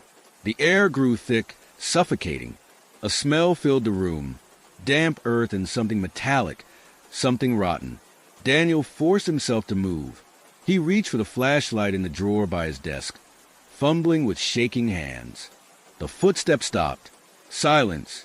He clicked the flashlight on. A beam of weak, flickering light cut through the darkness, casting long shadows against the walls. His living room was empty. The front door was still shut, but the air felt wrong. Then his phone vibrated in his hand. A call. No caller ID. Daniel stared at the screen, paralyzed. The number was blank. His throat was dry, his pulse hammering in his ears. And yet, against every ounce of reason, his thumb moved. He answered. At first, there was nothing, just static. Then, breathing, slow, wet, labored. Daniel, his blood turned to ice. Emily's voice. But something was wrong. It wasn't just Emily. There was something else behind her voice. A second whisper, a second breath layered beneath hers, distorting it. Why did you leave me? Daniel's grip tightened around the phone. This isn't real, he whispered. A low, broken laugh crackled through the speaker. Then turn around. The line went dead. Daniel's breath hitched. His body was locked in place, every muscle screaming at him not to obey. But something changed in the air. A pressure, a presence. Slowly, he turned the flashlight toward the doorway behind him. The beam flickered, and for the briefest, most horrifying moment, he saw her, Emily, standing in the hallway. But her face was all wrong. Sunken, distorted, her mouth too wide, her eyes too black. A grotesque echo of the woman he had once loved. And she was smiling. Daniel staggered backward, a strangled cry escaping his throat. His foot caught on the rug, and he crashed to the floor. The flashlight rolled out of his hand, its beam spinning wildly around the room. When the light finally landed back on the hallway, she was gone. The only thing left was silence, and the door to his bedroom, wide open. Daniel's breath came in shallow gasps as he stared at the open doorway. He hadn't left it open. He knew that for certain. His mind raced, searching for an explanation that wouldn't make him lose his grip on reality. But there wasn't one. The air in the room was thick, suffocating, as if the house itself was holding its breath. He forced himself to move, crawling toward the fallen flashlight. His fingers brushed against the cold metal just as, thump, a dull, heavy sound came from the bedroom. Daniel froze. Something was in there. His instinct screamed at him to run, to get out of the house and never look back. But some sick part of him, some desperate, grieving part, needed to see, needed to know. He pushed himself up, his legs unsteady, and stepped toward the bedroom. The hallway felt longer than before, the shadows stretching unnaturally along the walls. His pulse pounded in his ears. As he reached the doorway, the smell hit him. Rot, damp earth, something sour and wrong. The flashlight flickered. Daniel raised it slowly, hesitantly. The beam landed on the bed, and there she was, Emily, lying on the mattress, her body twisted unnaturally. Her limbs sprawled in ways that weren't human. Her hair was wet, strands clinging to her pale face. Her lips curled into that awful, too wide smile. Her eyes snapped open.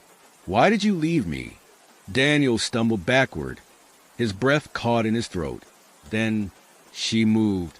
Not like a person, not like anything alive. Her body jerked upright, as if some unseen force had pulled her by invisible strings. Her limbs dangled for a moment before snapping into place. The sound of cracking joints filled the air. Daniel bolted. He ran, through the hallway, past the living room, toward the front door. Slam.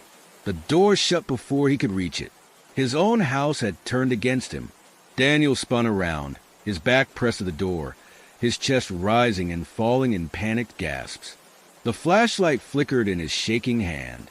The bedroom door creaked open. Slow, deliberate footsteps echoed through the hallway. She was coming. Daniel's mind raced. Don't answer.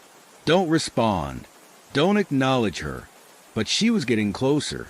And then she laughed. Low at first, almost a breath. Then it grew, swelling into something unnatural. A distortion of Emily's voice, layered with something else. Something ancient. Something wrong. Daniel squeezed his eyes shut. And then silence. When he opened his eyes, the house was still. No footsteps. No laughter. Emily was gone. But just as a breath of relief left his lips, something brushed against his ear. A whisper. Cold. Icy. So close it felt like it was inside his head. Next time, I won't ask. The lights flickered back on. The house was empty. But Daniel knew the truth. She wasn't gone. And she would be back. Daniel didn't sleep that night. He sat in the corner of his living room, knees drawn up, gripping the flashlight so tightly his knuckles turned white. The house was silent again, but it wasn't the comforting kind of silence. It was the silence of something waiting. He thought about leaving, grabbing his keys, getting in his car, driving as far as the gas tank would take him. But deep down, he knew it wouldn't matter. This wasn't just about the house. This was about him. Emily, or whatever had taken her form, wasn't bound to these walls. She had come for him, and she wouldn't stop. The hours dragged on. At some point, exhaustion won. His eyelids grew heavy, and despite the terror gripping his body, he dozed off. And that's when the dream started. Daniel found himself standing in a familiar place. Their old house, the one he and Emily had lived in before she died. Everything looked exactly as he remembered. The faded blue couch, the bookshelves filled with crime novels, the faint smell of coffee lingering in the air. But something was wrong. The house felt empty, hollow, like an abandoned set from a forgotten play. Then he heard it, a dripping sound. He turned toward the kitchen. A trail of water led across the floor, dark and spreading, soaking into the wood. And there, in the dim light, stood Emily, dripping wet. Her clothes clung to her body, her hair hanging in heavy strands over her face. Her skin was pale, her lips tinged blue, like she had just crawled out of a lake. Daniel's breath caught in his throat. Emily? She lifted her head. Her eyes. Empty. Black. Bottomless. Why did you leave me? Her voice wasn't a whisper this time. It was angry. Accusing. The house around him began to warp. The walls stretched. The floor creaked under some unseen pressure. The light above flickered violently. And then she lunged. Daniel woke up screaming. The room was dark, his heart slamming against his ribs. His hands clawed at his chest as if trying to push away something that wasn't there. It took him a full minute to realize where he was. But just as he caught his breath, his phone buzzed. A new voicemail. With shaking hands, he picked up the phone and pressed play. Static. Then her voice. Soft, distant, but unmistakably hers. You can't ignore me forever, Daniel. The message ended. And then a single knock on the front door. Slow, deliberate, and then another. Daniel's stomach twisted into a knot. A final knock. Louder, heavier, and then the door unlocked. A click, a slow creak, and the door swung open. Daniel's breath was shallow, ragged. The word tonight dripped down the screen, like ink dissolving in water. His mind screamed at him to leave, to get out of the house, to run, but something kept him rooted in place. Was it fear, or something deeper? A sick part of him, the part that had spent years drowning in grief and guilt, wondered, did he deserve this? He forced the thought away. His hands were shaking so badly he nearly dropped the flashlight. He needed to move, to do something. Daniel stumbled toward his desk, yanking open a drawer.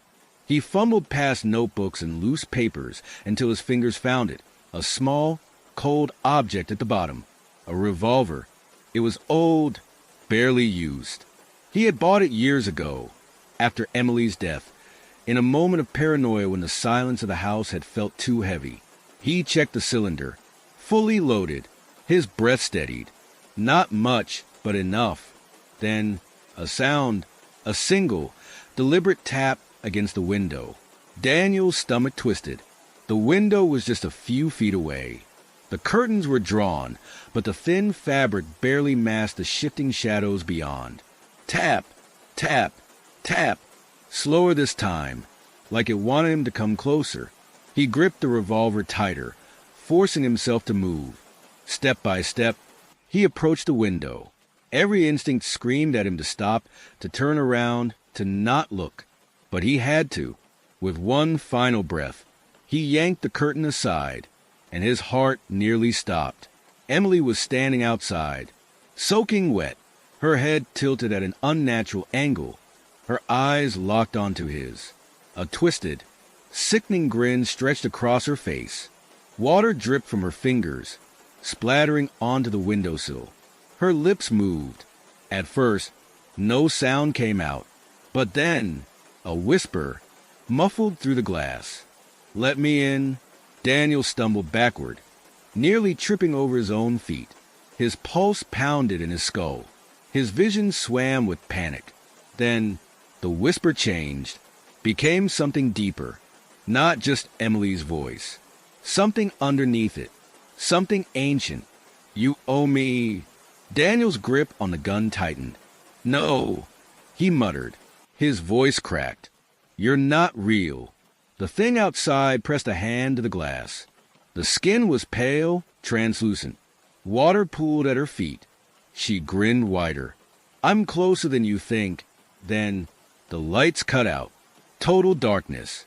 And from somewhere inside the house, a slow, wet footprint hit the floor. Then another, getting closer. Daniel raised the gun, aiming blindly into the dark. His voice barely above a whisper. "Where are you?"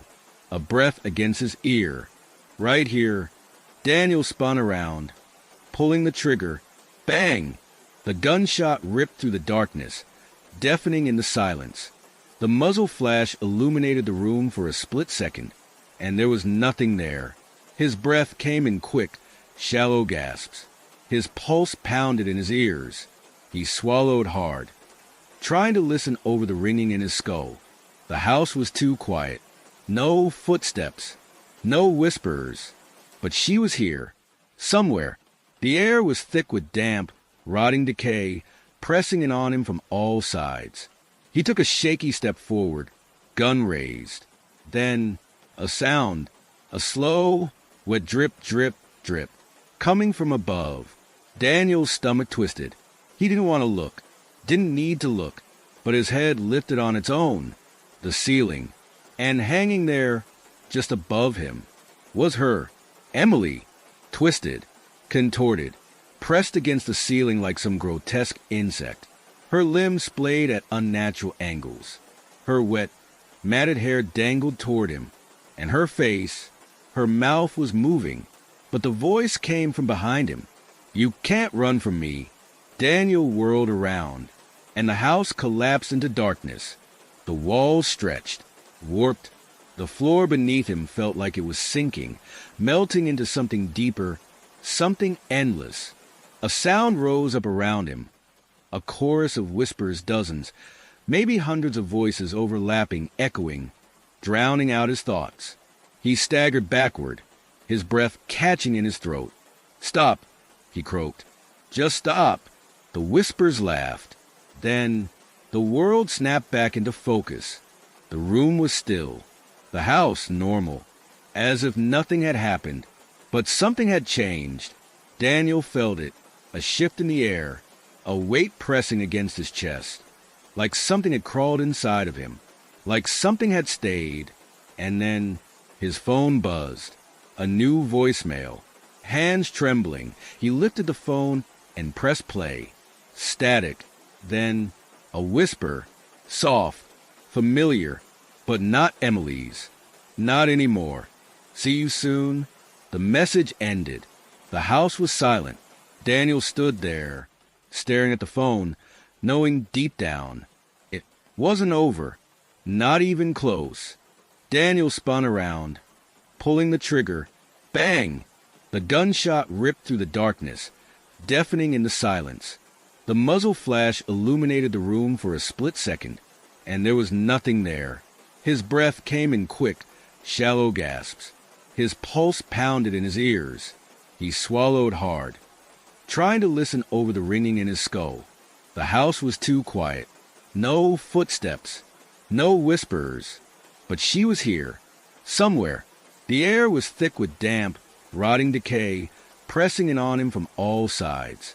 He took a shaky step forward, gun raised. Then, a sound, a slow, wet drip, drip, drip, coming from above. Daniel's stomach twisted. He didn't want to look, didn't need to look, but his head lifted on its own. The ceiling, and hanging there, just above him, was her, Emily, twisted, contorted, pressed against the ceiling like some grotesque insect. Her limbs splayed at unnatural angles.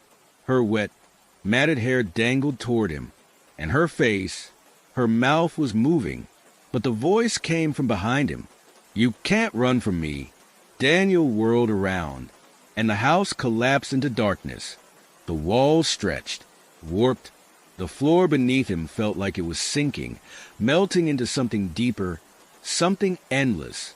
A sound rose up around him, a chorus of whispers, dozens, maybe hundreds of voices overlapping, echoing, drowning out his thoughts. He staggered backward, his breath catching in his throat. "Stop," he croaked. "Just stop." The whispers laughed. Then the world snapped back into focus. The room was still, the house normal, as if nothing had happened. But something had changed. Daniel felt it, a shift in the air, a weight pressing against his chest, like something had crawled inside of him, like something had stayed. And then his phone buzzed, a new voicemail. Hands trembling, he lifted the phone and pressed play. Static, then a whisper, soft, familiar, but not Emily's. Not anymore. See you soon. The message ended. The house was silent.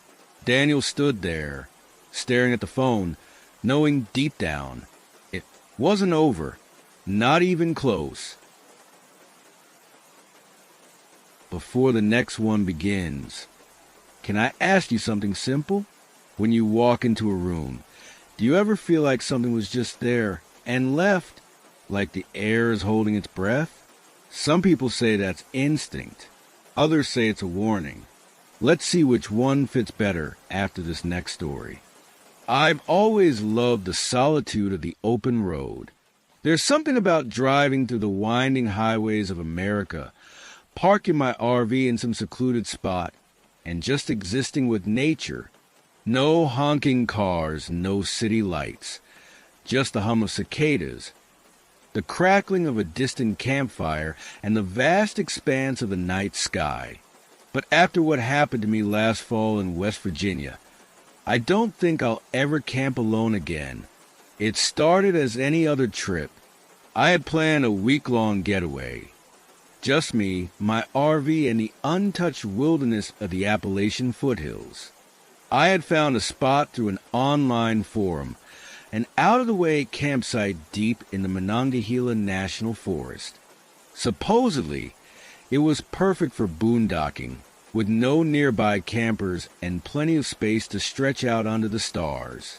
Exactly what I was looking for. The drive was peaceful at first, but as I got deeper into the mountains, something felt off.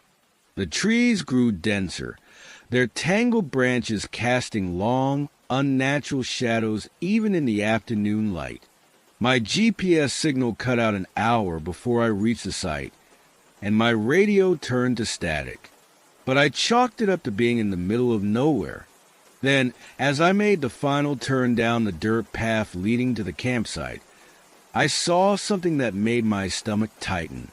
A wooden sign nailed to a tree, weathered and splintered, with just one word carved into it: leave. I should have listened.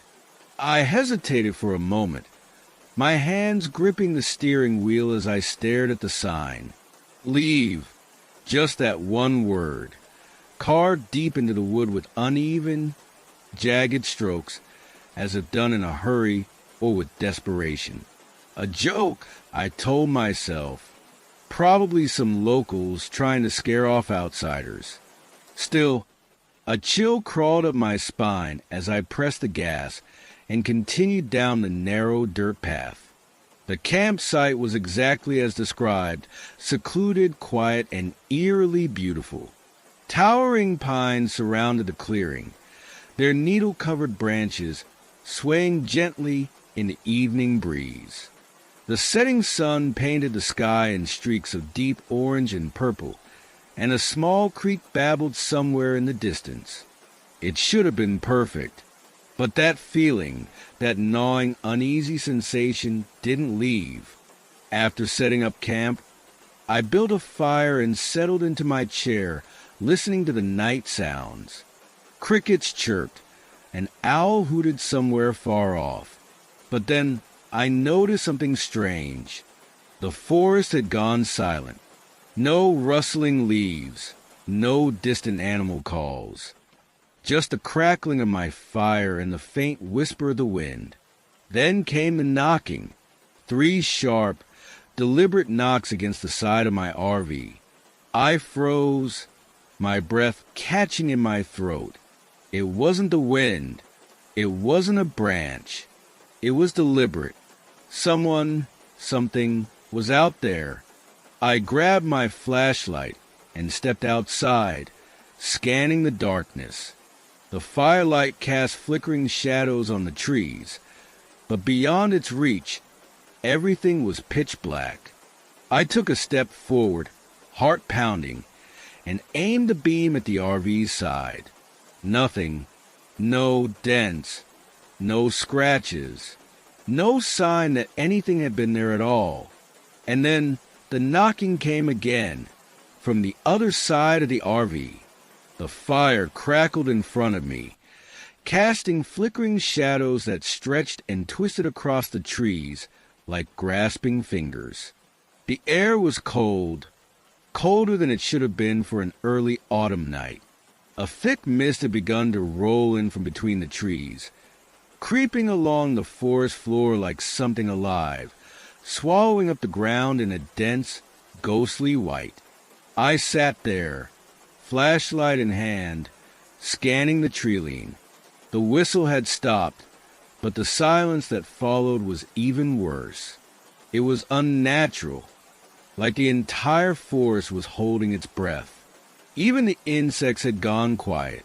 The firelight barely reached past the clearing, but in the dim glow, I could see the outlines of trees standing like silent sentinels. Their bark was rough and weathered, some trunks gnarled as if twisted by time itself. The branches above formed a tangled web, blotting out most of the sky. Only a few stars peeked through, cold and distant. Then the whistle came again, this time closer, too close. It was a slow, deliberate tune, 3 notes, a pause, then the same 3 notes, just a little higher this time. It wasn't random. It wasn't the wind. Someone or something was out there. A chill crawled up my spine. I had camped in remote areas before. I had encountered the occasional lost hiker, even a few weirdos who thought it was funny to mess with solo campers. But this felt different. This didn't feel like a prank. It felt like a warning. Then I heard the sound that made my blood run cold. Leaves crunching, footsteps, slow, deliberate, coming from the darkness just beyond the firelight. I stood up, heart hammering in my chest, gripping my flashlight tighter. I aimed it toward the trees. The beam cut through the mist, illuminating nothing but trunks and branches, until I saw it, a figure, standing just at the edge of the clearing, not moving, not speaking, just watching. My breath hitched as I locked eyes with the figure at the edge of the clearing. Or at least, I think I did. The details were impossible to make out in the dim light, but the shape was unmistakable, tall, motionless, vaguely human. The fog curled around its legs, making it seem like it was floating just above the ground. I swallowed hard and aimed my flashlight directly at it. The beam cut through the mist, illuminating nothing but trees. The figure was gone. My pulse pounded in my ears. I knew I had seen something. I wasn't just imagining things. The footsteps, the whistling. I wasn't alone out here. I turned in a slow circle, scanning the tree-line. The mist had thickened, swirling lazily in the glow of my campfire, making everything beyond it a shifting blur of gray and black. Then, from behind me, the whistle came again. I spun around so fast, I nearly tripped over the fire pit. This time, it was even closer, as if whoever, or whatever, was toying with me, creeping just beyond the reach of my light. My fingers tightened around the flashlight, my breath coming in short, uneven gasps. "Who's there?" I called, my voice barely above a whisper. No answer, just a low rustling of the wind through the trees. I backed up toward my RV, every muscle in my body screaming at me to get inside, lock the door, and leave. But a part of me, a stupid, reckless part, needed to know what I was dealing with. If this was some lunatic messing with me, I had to at least see their face. I took a step forward, sweeping the flashlight over the trees. Nothing. Another step. The mist clung to my legs like cold fingers. My skin prickled as the silence stretched on, thick and suffocating. Then, right by my ear, so close I felt the breath, the whistle. I whipped around, but there was no one there. My flashlight flickered. The fire sputtered. And for the first time in my life, I knew I wasn't supposed to be here. A surge of panic shot through me, a primal, gut-wrenching terror that I had never felt before. My body locked up, my breath caught in my throat, and for a moment I was completely frozen. My instincts screamed at me to run, but my legs wouldn't move. I just stood there, gripping my flickering flashlight, heart hammering against my ribs. Then my fire went out, not gradually, like a dying flame, but all at once. 1 second, it was crackling, filling the clearing with a warm, orange glow. The next, it was gone, snuffed out as if something had sucked the life out of it in an instant. Darkness swallowed me whole. I staggered backward, fumbling for my RV keys. My hands were shaking so badly, I nearly dropped them. The only light left was my failing flashlight, its weak, sputtering beam barely piercing the dense fog. The forest felt alive now, the trees pressing in closer, the shadows shifting unnaturally. Then I heard them, footsteps, not one set, several, surrounding me, closing in, the sound of leaves crunching, twigs snapping, soft but deliberate, dozens of them, moving in unison, circling me like predators sizing up their prey. I turned, frantically sweeping my flashlight around me, but I couldn't see anything, just endless, suffocating darkness. The footsteps grew louder, closer, until they were just feet away. Then, from the blackness, a voice. Whispering. It wasn't in English. It wasn't in any language I recognized. Low, guttural, ancient, like something being spoken through clenched teeth, layered over itself, as if multiple voices were speaking at once. My vision swam. My head throbbed. The air around me felt thick, pressing against my skin like an unseen force. My ears rang, a deep, nauseating pressure building in my skull. Then, just when I thought I couldn't take it anymore, the footsteps stopped. Silence. A suffocating, unnatural silence. Then, from directly behind me, so close I could feel the breath on my neck, the whistle. I ran. I ran blindly, my boots crunching against the damp forest floor as I sprinted toward my RV. The fog was thicker now, swirling around my legs like grasping hands, making it nearly impossible to see more than a few feet ahead. My flashlight bounced wildly in my grip, its dim beam flickering with every desperate step. The whispers hadn't stopped. They were everywhere now. Inside my head, inside the trees, inside the very air I breathed. Some too soft to understand, others rasping and jagged, like nails dragged across stone. My vision blurred, my head pounded, my lungs burned. It felt like the very forest was closing in around me. Then, something moved in the mist ahead. A shadow? No. Multiple shadows. Dark figures. Standing in the fog, their outlines barely distinguishable from the trees. Some tall, impossibly tall. Their limbs too long, their heads tilted at unnatural angles. Others were smaller, hunched, shifting in and out of sight as if they were flickering between here and somewhere else. I skidded to a stop, heart slamming against my ribs. My mind screamed at me to turn around, but when I did, they were behind me too, surrounding me, encircling me. The air grew thick with a stench. Damp earth, rotting leaves, something metallic and sour that made my stomach twist. My ears rang with a low hum, a deep, bone-vibrating sound that seemed to come from the ground itself. I clutched my head, squeezing my eyes shut, willing myself to wake up from whatever nightmare this was. Then a hand, cold, thin fingers brushed my shoulder.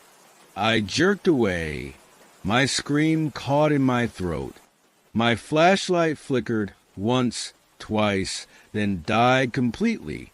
Total darkness.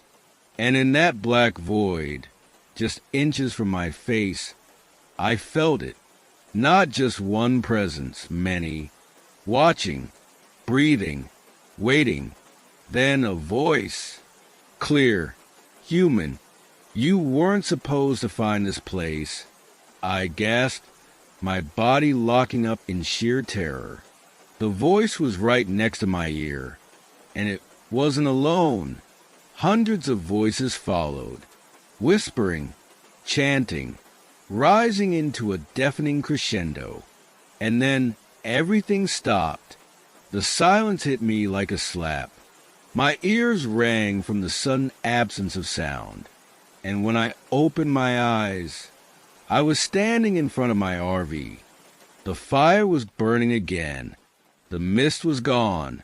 The trees stood still, silent and indifferent, as if nothing had happened, as if I had imagined it all. But as I reached for the RV door with trembling fingers, I noticed something, a handprint pressed into the condensation on my window, long, thin, not human, and below it, scratched into the glass, one final message. Don't come back. I stood frozen, staring at the handprint on the glass. The shape was wrong. Too long, too thin, too alien. My breath fogged up the window, momentarily obscuring the message scratched into it. But I didn't need to read it again. Don't come back. I swallowed hard and forced myself to look around. The clearing was still eerily normal, as if the last few minutes had never happened. My fire crackled softly, casting a warm glow against the trees. The mist was gone. The air was quiet. Too quiet. I climbed into the RV, locking the door behind me, my hands still shaking. The vehicle felt suffocatingly small, the walls pressing in. I checked my phone. Still no signal. The digital clock on the dashboard read 3:17 a.m. That wasn't right. The last time I had checked, it was just past midnight. It had only felt like minutes since I started running, not hours. I tried to shake off the growing unease, forcing myself to breathe, to think rationally. Maybe I had panicked. Maybe I had gotten turned around in the dark, my mind playing tricks on me. Sleep deprivation, stress, the isolation. It could all explain what I had seen. But then, just as I reached for the ignition, something knocked on the RV door. 3 soft, deliberate taps. I went completely still, my stomach lurching. I hadn't seen another human for miles. There were no other campers, no parked cars, nothing. And yet, someone or something was outside. I clenched my jaw, slowly reaching for the curtain covering the small window next to the door. My breath felt too loud, the air too thick. I counted to 3 in my head, then yanked the curtain aside. Nothing, just the empty clearing, just my flickering campfire. But then my blood turned to ice. The fire wasn't casting a shadow. I turned my head slowly, my heart hammering against my ribs. The fire was right there, burning like normal, but there was no shadow behind it, no flickering movement on the ground, no shifting outlines against the trees. It was as if the fire's light wasn't real. Then another knock, but this time it didn't come from the door. It came from inside the RV. My stomach dropped. The knock had come from inside. Every nerve in my body screamed at me to turn around, but I couldn't. I was locked in place, my breath shallow, my fingers gripping the steering wheel so tightly they ached. My mind raced, trying to find a logical explanation, but deep down I already knew. I wasn't alone in the RV. The air around me felt heavy, charged with something unseen. My ears rang, my skin prickled, and the temperature inside the RV had dropped so suddenly that I could see my breath in the dim light. Then the whistle, soft, drawn out, right behind me. I couldn't take it anymore. With a burst of adrenaline, I twisted the key in the ignition. The engine roared to life. I didn't check the mirrors. I didn't care about anything except getting the hell out of there. Gravel crunched under my tires as I sped down the dirt path, my headlights cutting through the trees. The shadows outside stretched unnaturally, shifting as if something was moving within them, keeping pace with me. I didn't look.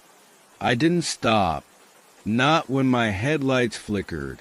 Not when my radio crackled with the faintest sound of whispering voices. Not when, out of the corner of my eye, I saw a tall, dark figure standing at the edge of the road, watching me leave. I didn't breathe again until I reached the main highway, until the dark forest was behind me, until I saw the first glimmers of civilization on the horizon. Only then did I dare to check my mirrors. Nothing. The road was empty, just me and my pounding heart. I drove straight through the night. not stopping until I crossed state lines. When I finally pulled over at a well-lit gas station, I sat there, gripping the wheel, trying to convince myself that it was over. But as I reached for my phone, my fingers brushed against something cold. A piece of wood. I lifted it slowly, my pulse hammering in my ears. It was old, splintered. A chunk of the sign I had seen nailed to that tree when I first arrived, and carved into its surface in the same deep, jagged letters. Leave. I haven't been back to West Virginia since, and I never will.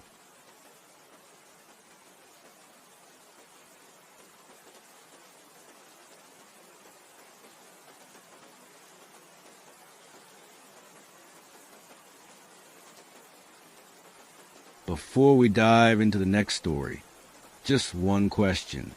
Have you ever paused a video like this and felt like something didn't want you to finish it? Do you feel like someone or something is paying attention to you right now? Don't worry. That feeling tends to get stronger with the next story. I've lived alone in this house for 3 years now. It's an old place, nothing special. Just a small cabin in the middle of nowhere. The nearest town is 30 miles away, and my closest neighbor is a good 10 miles down the road. It's quiet out here, peaceful even. At least, that's what I used to think. The first year was uneventful. I spent my days working remotely, and my evenings sitting on the porch, watching the sun set behind the tree line. The nights were dark. Darker than anything I'd ever experienced before moving here, with no street lights, no city glow, just the stars and the moon.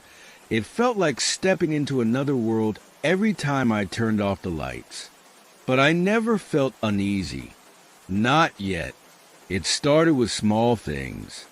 Objects weren't where I'd left them. A chair slightly pulled out from the table. My keys on the counter instead of by the door. I brushed it off at first, absent-mindedness, maybe. But then, one night, I heard something outside. A low, distant sound, like someone calling my name. I told myself it was the wind, or maybe a coyote in the distance. But deep down, I knew better. There was a strange quality to the sound, something almost familiar, like a voice I should recognize but didn't. I didn't sleep much that night. Over the next few weeks, it got worse. Shadows moving just outside my window, even when there was no wind. Footsteps crunching on the gravel driveway in the middle of the night. The worst was the knocking. 3 slow, deliberate knocks on the front door at exactly 3:12 a.m. The first time, I thought it was a mistake, maybe an animal brushing up against the wood. But it happened again the next night, and the night after that, always at 3:12 a.m. I stopped opening the door. Then last week, I found something on my porch, a single footprint. Not mine, not from any animal I recognized. It was deep, almost clawed, pressed hard into it like something heavy had stood there, watching. And last night, I finally saw it. It was just past midnight, and I had been lying in bed, staring at the ceiling, too uneasy to sleep. The usual sounds filled the night. The wind rustling through the trees, the distant call of an owl. But then everything went silent. Completely and utterly silent. Even the wind had stopped. That's when I heard the footsteps. Slow, deliberate, moving across the porch. I held my breath, straining to hear.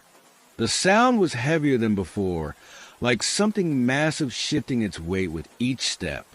My pulse pounded in my ears as I reached for the flashlight on my nightstand. I didn't want to look. Every instinct in my body told me to stay still. to pretend I wasn't there.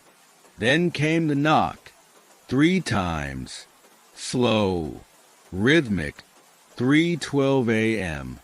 I gripped the flashlight tightly, barely breathing. And then, for the first time, I heard something new, a whisper. It came from the other side of the door, low and distorted, like someone trying to speak through a broken radio. Let me in. The words were barely audible, but I felt them more than I heard them. They sent a chill crawling up my spine, my skin prickling with an overwhelming sense of wrongness. I didn't move. I couldn't. And then the doorknob turned. Slowly, deliberately, I bolted upright, heart hammering against my ribs. The lock held, but the metal creaked under the pressure, as if whatever was out there wasn't testing the door. It was expecting it to open. I had left my shotgun by the fireplace. If I moved fast, I could grab it. But then, just as suddenly as it started, the sound stopped. The doorknob stilled. The weight on the porch shifted. Then footsteps, not retreating down the steps, not moving toward the driveway. They circled the house. Once, twice, slow, deliberate, then silence. I sat frozen, flashlight clutched in my shaking hands, waiting for anything to happen. Minutes passed, then an hour. Finally, as dawn broke, I forced myself to move. I opened the front door. The footprint was still there, but now there were more. A perfect circle of deep, clawed impressions surrounding the house, and carved into the wooden door, as if traced by a razor-sharp claw, were 3 words. I see you. For the rest of the day, I couldn't shake the feeling of being watched. Every shadow in the forest seemed deeper, every sound sharper, as if the whole world was holding its breath. I thought about packing up and leaving, just getting in my truck and driving until I saw streetlights again. But something about the message on the door made me hesitate. I see you. It wasn't a threat. It wasn't a warning. It was a statement, a fact. Leaving wouldn't change that. That night, I locked every door, every window. I even moved a chair in front of the door, as if that would stop whatever was out there. I sat in the living room, shotgun in my lap, eyes fixed on the front door. I wasn't going to sleep. I wasn't going to let it catch me off guard. But sometime after midnight, I must have dozed off. A sound woke me. Not the knocking, not the whisper. Breathing, deep, slow, right outside the window. I turned my head, heart slamming against my ribs. The curtains were drawn, but the faint glow of the moon outlined something standing on the other side of the glass. Tall, unnaturally tall. I couldn't move. I couldn't breathe. The thing on the other side exhaled again, slow and measured, like it was waiting for me to react. Then something pressed against the glass. A hand. No, not a hand. Fingers, too long, too thin, ending in sharp, curved nails. They tapped against the glass once, twice, 3 times. And then, slowly, impossibly, they started to drag downward, scraping the surface with a sound that sent ice through my veins. I clenched the shotgun tighter, my whole body locked in place. I knew, somehow, I just knew, that if I moved, if I even blinked, it would react. It would know I saw it, and then it whispered, not from the window, from inside the house. Let me in. I couldn't move. The voice had come from right behind me. Close. Too close. A cold wave of dread washed over me as I forced myself to turn my head, inch by inch, toward the dark hallway leading to my bedroom. The shotgun felt useless in my grip. What good was a weapon against something that could be inside without ever opening a door? The hallway stretched before me, pitch black. My breath came in shallow gasps. Then movement, a shift in the darkness, a shape just barely visible in the dim light from the window. Tall, unnaturally tall. It was standing at the end of the hall, motionless, watching. I couldn't see its face, but I felt its gaze, felt it burrowing into me, and then it stepped forward, a single, slow step. The floor didn't creak beneath its weight. It made no sound. It just moved, gliding closer, its limbs unfolding like a puppet on invisible strings. The whisper came again, but this time it wasn't a question. You're mine. That was it. The last thing I remember before everything went black. When I woke up, the sun was streaming through the windows. I was lying on the floor, the shotgun still in my grip, my whole body stiff and cold. For a moment I hoped it had all been a dream. Then I saw the door. The words were gone. The deep claw marks had vanished, as if they'd never been there. The footprints on the porch? Gone. The window clean. No trace of what had stood outside, watching me. But something was different. The air in the house felt wrong. Heavier, charged with something unseen, like the walls had absorbed whatever had been here. I stood up on shaky legs, my head pounding. The clock on the wall read 3:12 p.m. 12 hours. Gone. I wanted to believe it was over, that whatever had happened was finished. But last night, as I lay in bed, too afraid to close my eyes, I heard it again. The knock. 3 slow, deliberate taps. And this time it came from inside the house.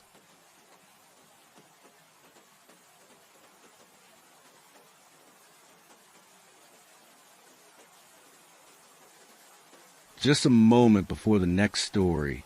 Have you been sleeping well lately? No strange dreams? No shadows moving just before you open your eyes? Sometimes the stories we hear at night find their way into the dark corners of our minds. Let's see what this next one leaves behind when the screen goes black. Forests are places of mystery, where nature hides secrets that humanity may never fully understand. Trails that vanish, sounds that shouldn't be there, shadows between the trees that seem to move when you're not looking. But what if I told you that some disappearances follow a chilling pattern? 6 people vanish without a trace, and all of them experience something strange exactly 5 days before they disappeared. What happened to them? And more importantly, could it still be happening? Case 1, the lone hiker. Ethan Grayson was an experienced hiker. He knew every shortcut in Florida's Ocala National Forest and always shared his location with friends. But 5 days before he vanished, Ethan confided something unsettling to his brother.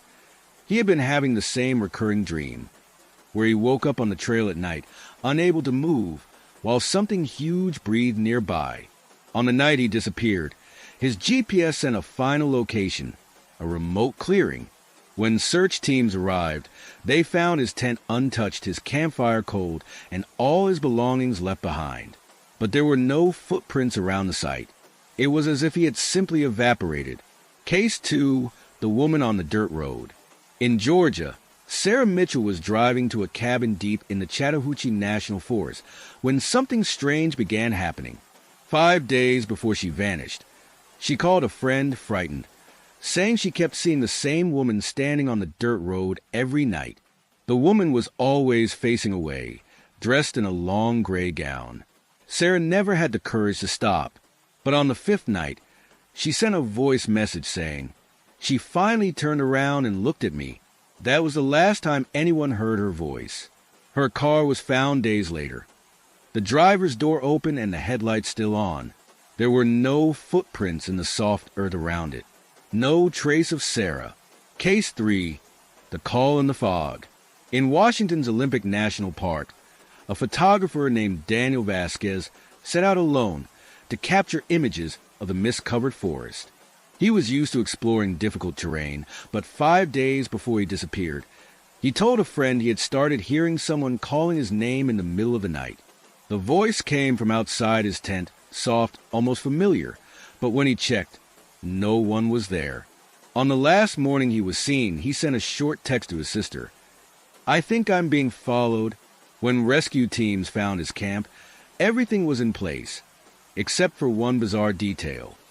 His phone was on the foldable table, recording a 5-hour-long audio file of silence until the final seconds. A strange clicking sound was followed by a faint whisper, barely audible. The voice seemed to say, "Come home." Case 4.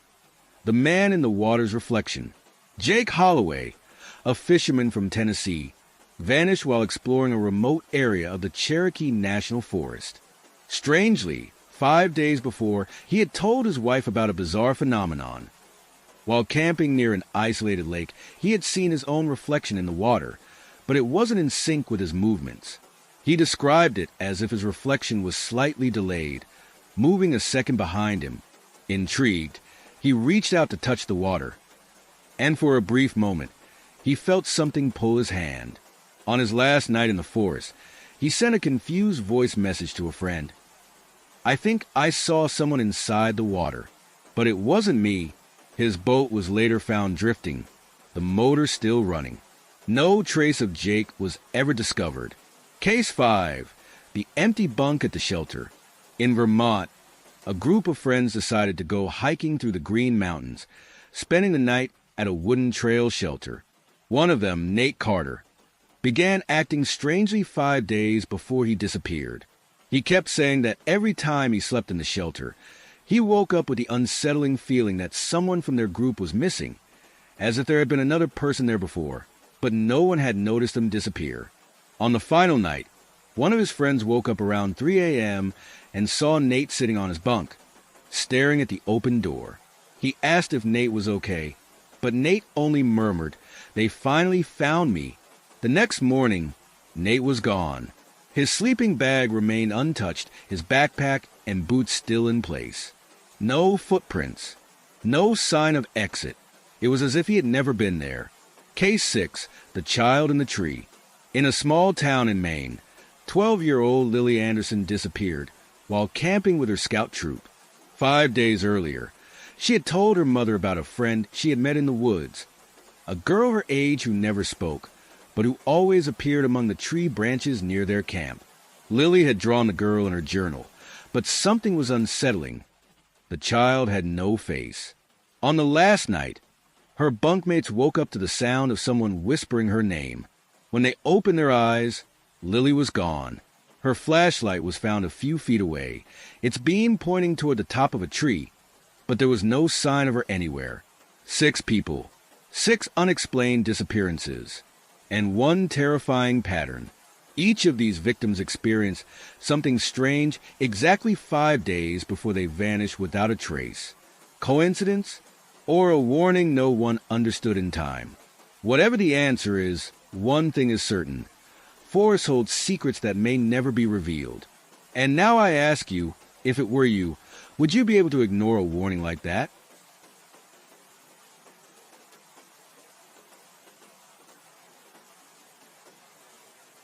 From which country are you listening right now?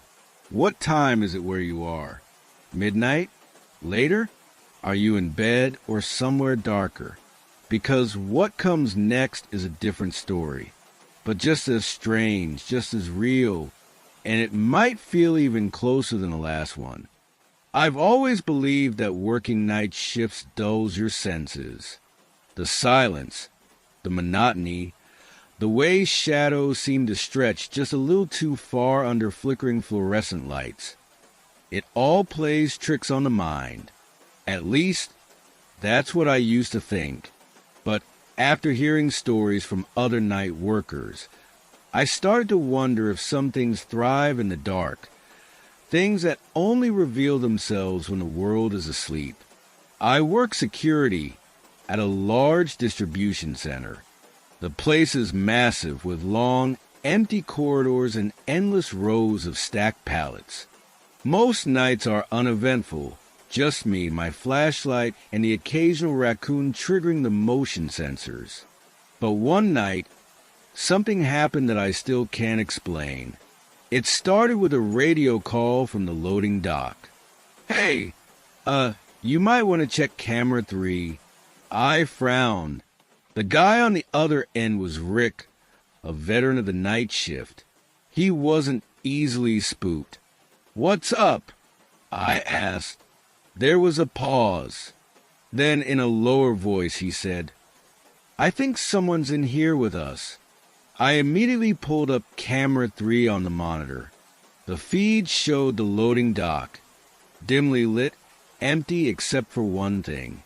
In the far corner, just beyond the reach of the overhead lights, a shadowy figure stood completely still. I leaned closer. It wasn't moving. No swaying, no shifting, just standing there. "Did anyone clock in late?" I asked. Rick exhaled sharply. "That's the thing. I checked the logs.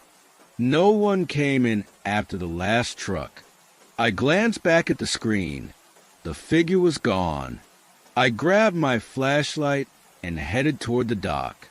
The air was thick, stale, and far too quiet.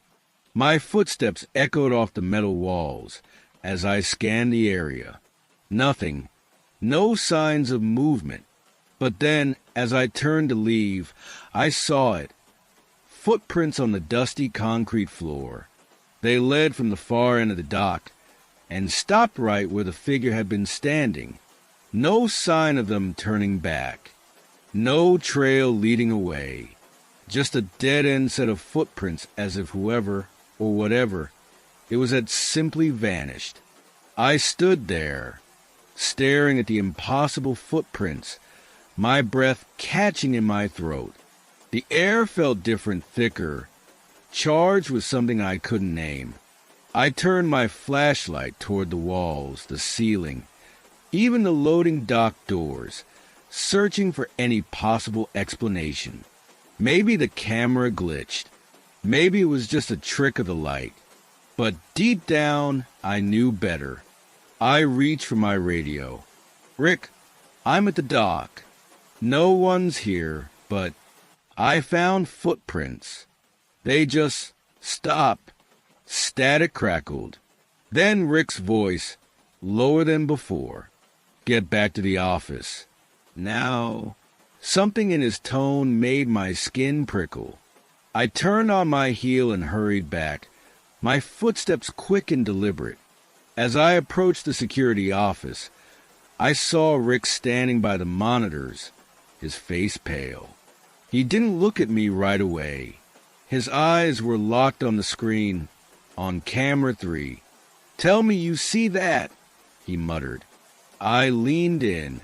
The loading dock was empty. The footprints were still there. But now, there was something else.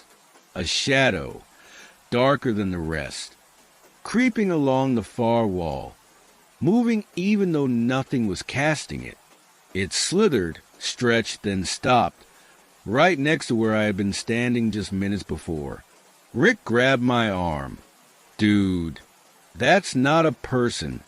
My mouth was dry. "Then what the hell is it?"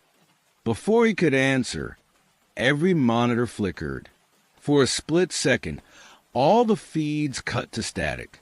Then they came back, except for one. Camera 7, the one overlooking the employee entrance.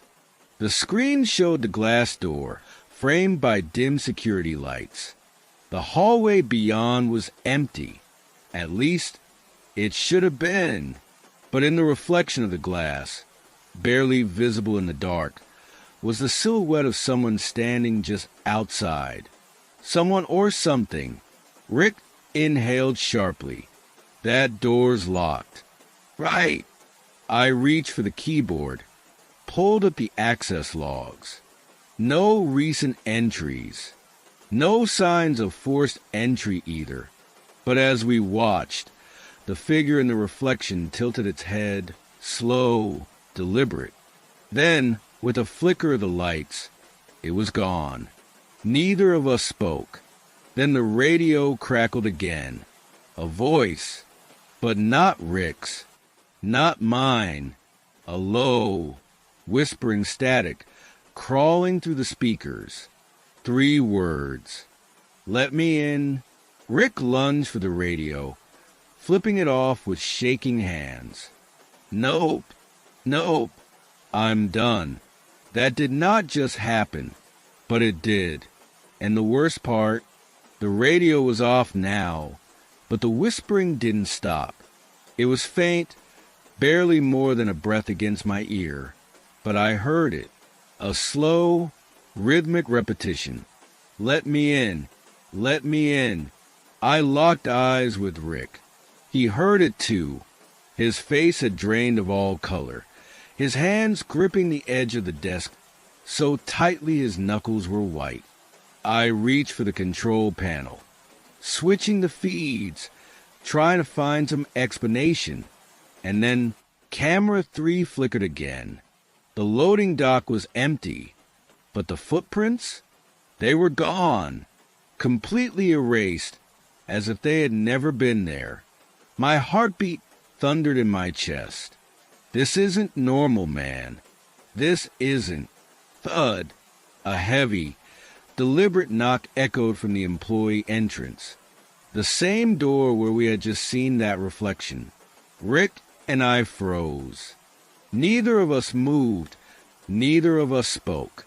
The security feed for camera 7 was still up, still showing that empty hallway. There was no one there. Thud. Another knock. Harder this time. Then the doorknob rattled. Rick shot me a panicked glance. Nope. Not opening that. Not checking it. Not acknowledging it. I wanted to agree. Every instinct in my body screamed to stay put, to pretend we didn't hear it.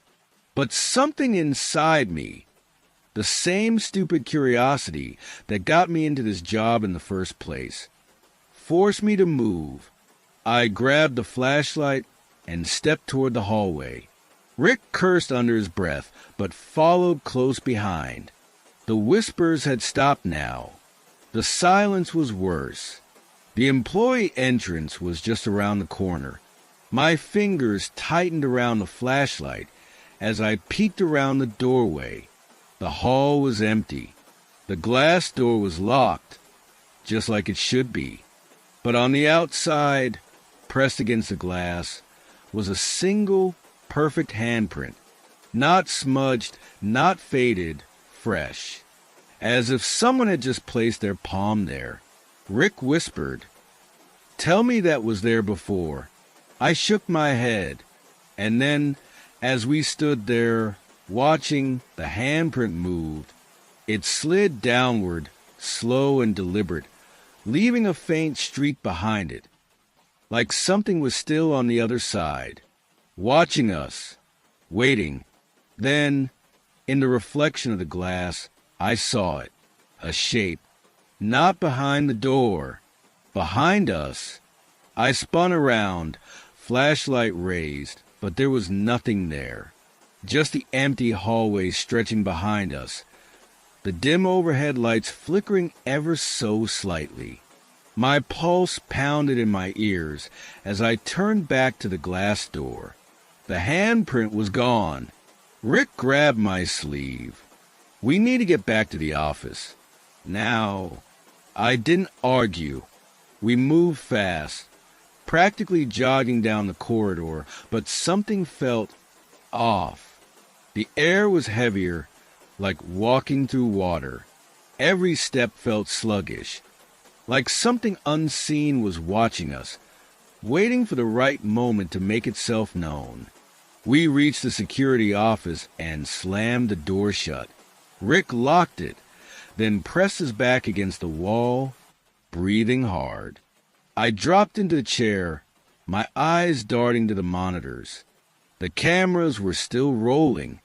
The loading dock, empty. The hallway, empty. The employee entrance, empty. For a moment, I let myself believe it was over. Maybe we imagined it. Maybe we were just tired. Then camera 7 glitched. Just for a second. And when it came back, the door to our office was open, but not our office. The feed showed a different security room. Identical to ours, but not ours. The walls were darker. The screens were fuzzier. The chairs were empty, except for 2 shapes sitting in them. 2 men, dressed like us. One of them was hunched over the console, staring at the monitors. The other sat stiffly in the chair until his head snapped toward the camera. My blood ran cold. He wasn't just looking at the screen. He was looking at me. Rick's voice was barely a whisper. That's us. The man on the screen, my reflection, slowly lifted a hand and waved. The camera glitched again. The feed cut to black, and in the reflection of our monitor, I saw the door behind us slowly begin to open.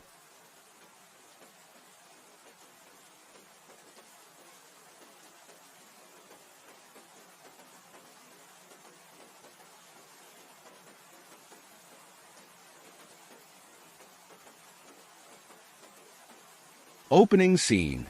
Thunder rumbles. The sound of a CB radio crackles. A trucker's voice comes through, urgent and shaken. Trucker, VO, this is Big Mike. Anyone out there? I swear to God, there's a 5th truck in our convoy, but it's not one of us. It's just there, following, never answering, never passing. And when we stop, it's gone. The radio hisses, then goes dead. The camera slowly pulls back, revealing an empty, fog-covered highway stretching into the void. Fade to black. Story 1. The Lost Turn. A desolate highway at night. Trucker JD drives, eyes heavy with fatigue. His headlights barely cut through the thick mist rolling over the road. His CB radio crackles to life, sending a jolt of static through the cabin. Voice on CB. You took the wrong turn. Turn back now. JD grips the wheel, looking around. His GPS is frozen.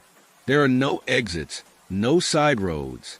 Just miles of endless asphalt disappearing into the abyss. JD, who is this? Silence. Just the distant hum of his engine. He checks his mirrors. 4 trucks behind him.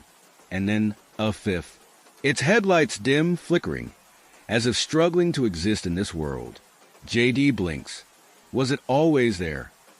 Then, the voice returns, but this time, distorted and stretched. Voice on CB. Don't stop. Whatever you do, don't stop. The static erupts, drowning everything. JD grips the wheel tighter, his pulse hammering. He watches in horror as the phantom truck grows closer, its headlights illuminating something twisted behind the wheel. An impossibly wide grin, hollow eyes staring back at him. Story 2. The Haunted Pit Stop. A rest stop in the middle of nowhere. The air is thick with an unnatural stillness. Trucker Lisa steps out for a smoke, stretching her legs. The gas station's old neon sign flickers, casting eerie shadows on the cracked pavement. Across the lot, she notices a truck parked alone. No driver, no movement, just idling. She hesitates, then walks over, knocking on the window. Nothing. The truck's radio crackles, faint at first, then growing louder, distorting into an unnatural whisper. Radio, whispering, "You should have kept driving." Lisa's breath catches. A shiver crawls down her spine. The truck door creaks open on its own, revealing nothing inside. The driver's seat is empty, yet in the reflection of the windshield, she sees something standing directly behind her, tall, featureless, its hands reaching out. Story 3, Dead Air. Night falls on an empty road. Trucker Hank is flipping through CB channels when he hears a conversation that shouldn't exist. The voices echo as if coming from a long-forgotten transmission. Man's voice, on CB, "Where's the fifth truck? We lost it again." Woman's voice, on CB, "It's still with us." Watching, Hank's blood runs cold. The voices sound wrong, distant yet too close, as if whispered directly into his ear. He glances at his rearview mirror. 5 sets of headlights. One truck looks older, rusted, like it had been abandoned for decades, yet somehow still moves. His radio screeches, high-pitched and unbearable. The whispers overlap, speaking in a language he doesn't understand. Then, suddenly, the fifth truck isn't behind him anymore. It's ahead, parked, blocking the road. The last thing Hank sees are the headlights flickering, revealing a row of figures standing in the darkness, their hollow eyes locked onto him. Story 4, the final transmission. Big Mike, the one who made the first transmission, is alone. The CB radio hums with dead air. The logbooks in his passenger seat are open. Pages flip wildly by an unseen force. His hands tremble. The convoy has always had 5 trucks, hadn't it? He tries to remember, but the details blur like fog over a lost road. A familiar sound crackles through his radio. A voice. "JD, on CB, Mike. Where are we going?" Lisa's voice follows. Then Hank's. All of them calling. Their voices growing more desperate, more fragmented. Big Mike grips the CB radio. His voice barely a whisper. "Big Mike, you're all dead. I saw what happened. I buried you." And then, in the rear-view mirror, 5 headlights. The phantom convoy, coming for him. They were never gone. They never left. Fade to black. Epilogue. The road never ends. A rookie trucker, Sam, sits in a greasy diner, flipping through an old CB radio frequency chart. An older driver watches him, shaking his head. "Old trucker, you ever hear about the phantom convoy?" Sam chuckles, taking a sip of his coffee. "Sam, yeah, some old trucker ghost story, right?"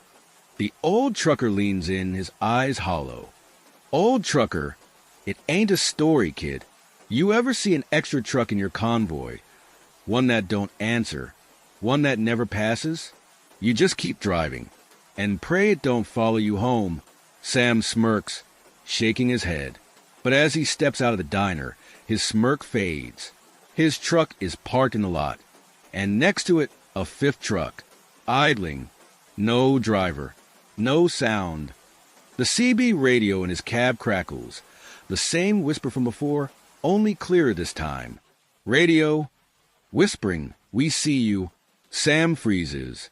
His breath turns to mist in the air. The truck's headlights flicker on. Fade to black. Ending note. Some say the phantom convoy still roams the highways, appearing when the night is at its darkest. If you ever find yourself on a lonely stretch of road and spot an extra set of headlights that shouldn't be there, keep driving and never ever stop.